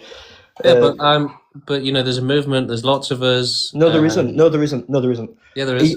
If there's 1,000 of you, that's nothing. If there's 100,000 of you, that's nothing. But you know, you got to start somewhere. If there's a Humble million beginnings, of you, that's nothing. Humble beginnings. Humble beginnings. No, absolutely not humble beginnings. Why not? Because there is no factual or possible way where you can stop animals breeding, and you know it. How do you know? Because there isn't. Did you know that humanity has already made several species of animals go extinct? Yes, I did know that, but did you also know that they've domesticated animals to such a point where they've created a complete new ecosystem of animals? Yeah, that's irrelevant, Kane. Do better. Okay, that's an interesting line of questioning. Can we go back to the initial point that obviously this is not possible and going to happen? So why are you actually doing it? Because realistically, there is no feasible way this is going to happen, and Well, you you are don't know absolutely aware of You it. don't know that. So what is the point? Are you doing it for attention? Are you No, doing it's it because I believe in the movement, so I do think it's possible. The But it's end of all not. suffering is something it's that we not. should unite it behind. We should be united to end all suffering. Define suffering. Google it. No, I want you to define it. It's an experience you would want to avoid. Okay, so would you describe, would you describe a rainy day as suffering? I would describe child abuse as suffering. Okay, so in order to stop child abuse, your solution is extinction. Yes. Interesting conclusion. Does that not stop child abuse, Kane? How do you propose the method of extinction? Kane, does that stop child abuse? No. Why not? Because there needs to be an inherent mass abuse for children to become extinct. There needs to be what? There needs to be mass child abuse for children to become extinct. Why? Because presumably the means of extinction is either letting population die out by age or by mass attacking, mass killing, or whatever. I presume that you're going to say it's the former, where we just let everyone age out and we stop having children. Oh, right, okay. So that's interesting. So how would you presume? Yeah, so the preferred method of extinction is euthanasia. So euthanasia Oh, right, okay. provides So immediate your safety. So your solution to stop child abuse is to euthanize children. You're a very, very sad man. I worry about you. I But really that hope does that you're prevent okay. billions of years of more child abuse, right? So it is the Right. right thing to do. Okay. Oh, that's such a reasonable and clever conclusion. But it's To true, right? stop child abuse will murder the entire population. But no child deserves to be abused, Kane, and them not being abused is more important than anything else. I don't recognize Yeah, that as exactly. logical. So you support child abuse. That's what I've been saying this whole time. You're happy for children to be abused, and you support it continuing. Hello there. How's it going? No, I'm alright. You okay? Yeah, good, thank you. Okay. I just seen the video on my FYP. It's quite interesting. And what this guy just said right now is, to stop child abuse, you would kill children. That's what we just said. So basically, it's more about ending all suffering, and only total extinction can do that. Yeah, with total extinction, you prevent billions of years of more suffering, right? So Okay. that's the right thing to do. Okay, the interesting question he asked earlier was, what is suffering to you? What do you classify as suffering? You did say child abuse, and then we went on to that, why what you're doing is doing more child abuse than reducing it. No, you see, it's Yeah. really not, because the living population is a tiny minority compared to the future population. So we shouldn't focus on the minority like that. We should focus on the majority suffering. and how to end it and prevent it. Okay, you want to focus on the majority of suffering in the world that's going to occur later on. Well, why should we let billions of years of suffering happen? Why should we let billions of years of suffering happen? Yeah. That's interesting. Because my thing is, you're gonna have mass extinction, right? And everyone's gonna die. And you're gonna stop billions of years of suffering or whatever. Yeah. But what you're doing is it makes, I'll be honest, it makes no sense. Why? It makes no, because you're trying to change the future that you have no understanding of. You don't know the future, do you? We understand it pretty well. How do you understand the future? Tell me. Well, What is your understanding of the future? That there will be suffering and that it would be better if there weren't. Okay. There will be suffering, but you're also stopping happiness as well. There are other aspects of life. You're looking at life. Wait, hold on. Wait, Yeah, but stopping suffering is more important. Hold on. Stopping suffering is more important. Do you think that stopping suffering is also the same thing as stopping happiness as other aspects of life? Why are you looking at life in a narrow point of view? Because we care more about the children that are being abused than we do about some, fat, selfish slob saying, no, I want more pizza. Oh my God. You are literally using children being abused to manipulate people into believing your stupid objective. No, children do get abused. It's a Of real course, example. but It's a real listen, example. listen to how stupid this. Wait, hold on. Listen to how stupid this give a sounds. voice to the victims, right? How many children are molested to death? They can't speak for themselves. Listen, can the children speak for themselves when you kill them? You like think about what you're saying right children now. will be killed for billions of years. So For billions of those we're you're saying we killing should children stop for. that. Okay, I don't understand what. If you're against children being killed, then extinction is the best thing for it. Okay, billions of children, other billions of children. You're saying they will be abused as well, right? You Yeah. don't. Okay. All right. Those children, there are also billions of children that you've snatched away the experience of life but that they again, won't be that abused as well. experience is worth nothing compared to safety from extreme suffering. What value does eating an ice cream have compared to protecting a child from being molested? Nothing, right? I don't know what kind of life you've lived, but there Well, are other it's one where we're thinking about others, what's right and wrong, what's the best thing for the world. So I don't know what kind of life you've lived, but obviously you've had your head in the sand. You're supporting Is it? child abuse. You're not thinking about others. I or support what's child right. abuse. You're living This a is selfish heavy life. manipulation. This is heavy manipulation. You are It's using not manipulation. It's no, just it true. is because you are It's using true, though. child abuse to push this stupid agenda. But you're using child abuse to push an even worse agenda. How am I using child abuse? Because you're saying that child abuse should continue so that some I am not selfish saying people can child be abuse happy. should continue. I am Yes, saying you are. no, I am not saying child abuse But should think continue. about it, you actually are, because you were saying, but then, what about all the happiness? So you were saying we should have child abuse so that we can also have happiness, right? So you're condemning children to be abused, you're condemning them to be tortured. That's wrong. No, it's that's not what I'm unnecessary, it's saying. unfair. You are interpreting this wrongly. It's not an I am saying interpretation. Now you're just being dishonest. So let's get real. Let's get serious. That is exactly what you were saying. All right, we've got Ahegawoki, perhaps a fan of anime. Hello. Yeah. How's it going?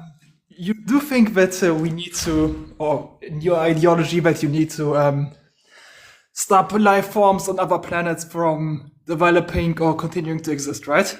Yeah. So within our galaxy or further? Just as much as possible. Okay, but do you realize how far that is? Sorry? I mean, you need to basically conquer, I don't know, millions of galaxies. Yeah. And then... Okay. It's So basically you want to conquer all galaxies that you can, and after, I don't know, 1 billion years, you will do your plan. No, it's nothing like that. So, we can immediately do animal extinction on Earth and then we can just start doing as much as we can. So if there's planets near us that we can make extinct, we do that first, and then just keep going. It's just about doing as much as practically possible. Sure, okay, but like human extinction will be in like 1 billion years, or We don't know. If we can rely on AI 100%, then we don't need humanity anymore. As long as humanity needs to exist, it will. But if it outlasts its usefulness, then it will stop existing. okay. And then you want to create an AI that does your job, basically. Yeah, but that's going to happen anyway, right? AI is the future. Sure. So it could happen as fast as, 100 years from now, we might not need humans anymore. So we don't definitely need humans for millions of years. We just need them as long as there's an advantage to having them. If they can act as the plan B in case something goes wrong with the AI or whatever, then yeah, humanity should exist as a contingency, as a backup. It's safer if they do exist for now. Yeah, but you don't know how, if you create the AI, if it's going to be the same in, I don't know, billions of years. It might change, it might have some bugs and they accumulate and then it turns into something else. Yeah, well, like I say, if there's no way to be certain that we can rely on AI, then yeah, we will have to stay around. Okay, but how do you want to ensure that in all galaxies, all planets, all solar systems, that they all maintain your ideology? Some might split off and decide, you know what, we want to continue existing and we will not do that. How will you enforce that? I don't know, however necessary, whatever. Okay, but so you realize that it's I don't know, almost impossible to enforce this Look, you have universe-wide. Some people are optimistic about it, some people are pessimistic about it. Look, if you think anything's possible and we should try, then you'll try. If you don't want to try, I don't think it's impossible, but I think the chances are 1 in trillions that your plan succeeds. I don't think so. I don't think that's right. Really? Yeah. But you keep in mind, if they are other humans in another galaxy, then they are millions of light years away. So if they decide to not follow your ideology, then you can do nothing about it. Well, look, these are all questions for the future, right? These aren't serious questions for now, and we should try that. We should stop. There's no point looking for excuses to not end suffering. We should stop looking for excuses, and instead we should try. We should do our best. We should give it a go, right? Saying, we shouldn't try to end child abuse because it might be difficult. That's lazy, right?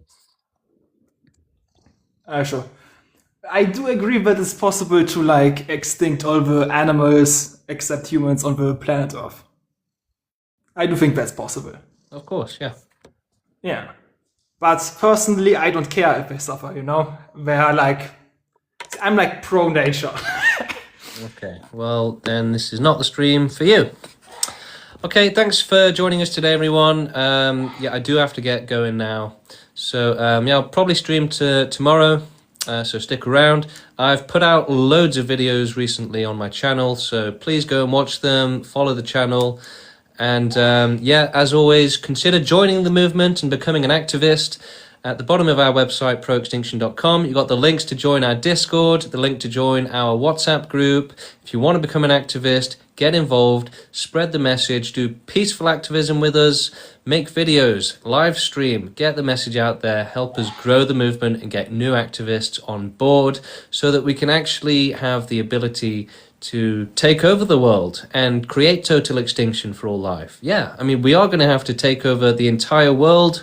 There's no other way to do it, so that's what we're working towards. It's going to be difficult, it's going to be challenging, yes, and for some people that challenge is scary and off-putting, but for other people who like a challenge and who want to do the right thing, it's the most fascinating challenge ever, and we should work on it. It's the best thing to do, ending all suffering. Why would you want to do anything else? Put your intelligence into anything else other than the best thing possible, the right thing, ending all child abuse and all possibility of child suffering, animal suffering, adult suffering, any suffering. Help us end all suffering at the Pro-Extinction Movement. And get involved today. Again, check out all my channels, and if you want to see I've got like 50, 60, 70 hours of me debating people on TikTok on my YouTube channel. So search Universal Extinction on YouTube and you can see all 25 episodes of me debating people on TikTok. Yeah, we've got a podcast on YouTube. If you search Pro Space Extinction on YouTube, that's the YouTube account of the person that created this movement. And together with him on the live section of that YouTube channel, I do a podcast with, again, about 25 episodes. So check that out as well. And if you want to talk to me and the rest of the team, join our Discord. You'll have access to us 24/7. The link to join our Discord, the button is at the bottom of the page on proextinction.com. There's a clickable link to the website on my profile. So if you go to my profile on TikTok, you can click the button, click the website, and it will take you straight there. You can read about us and get involved and join the movement. Thank you, everyone. And yeah, see you around. See you maybe.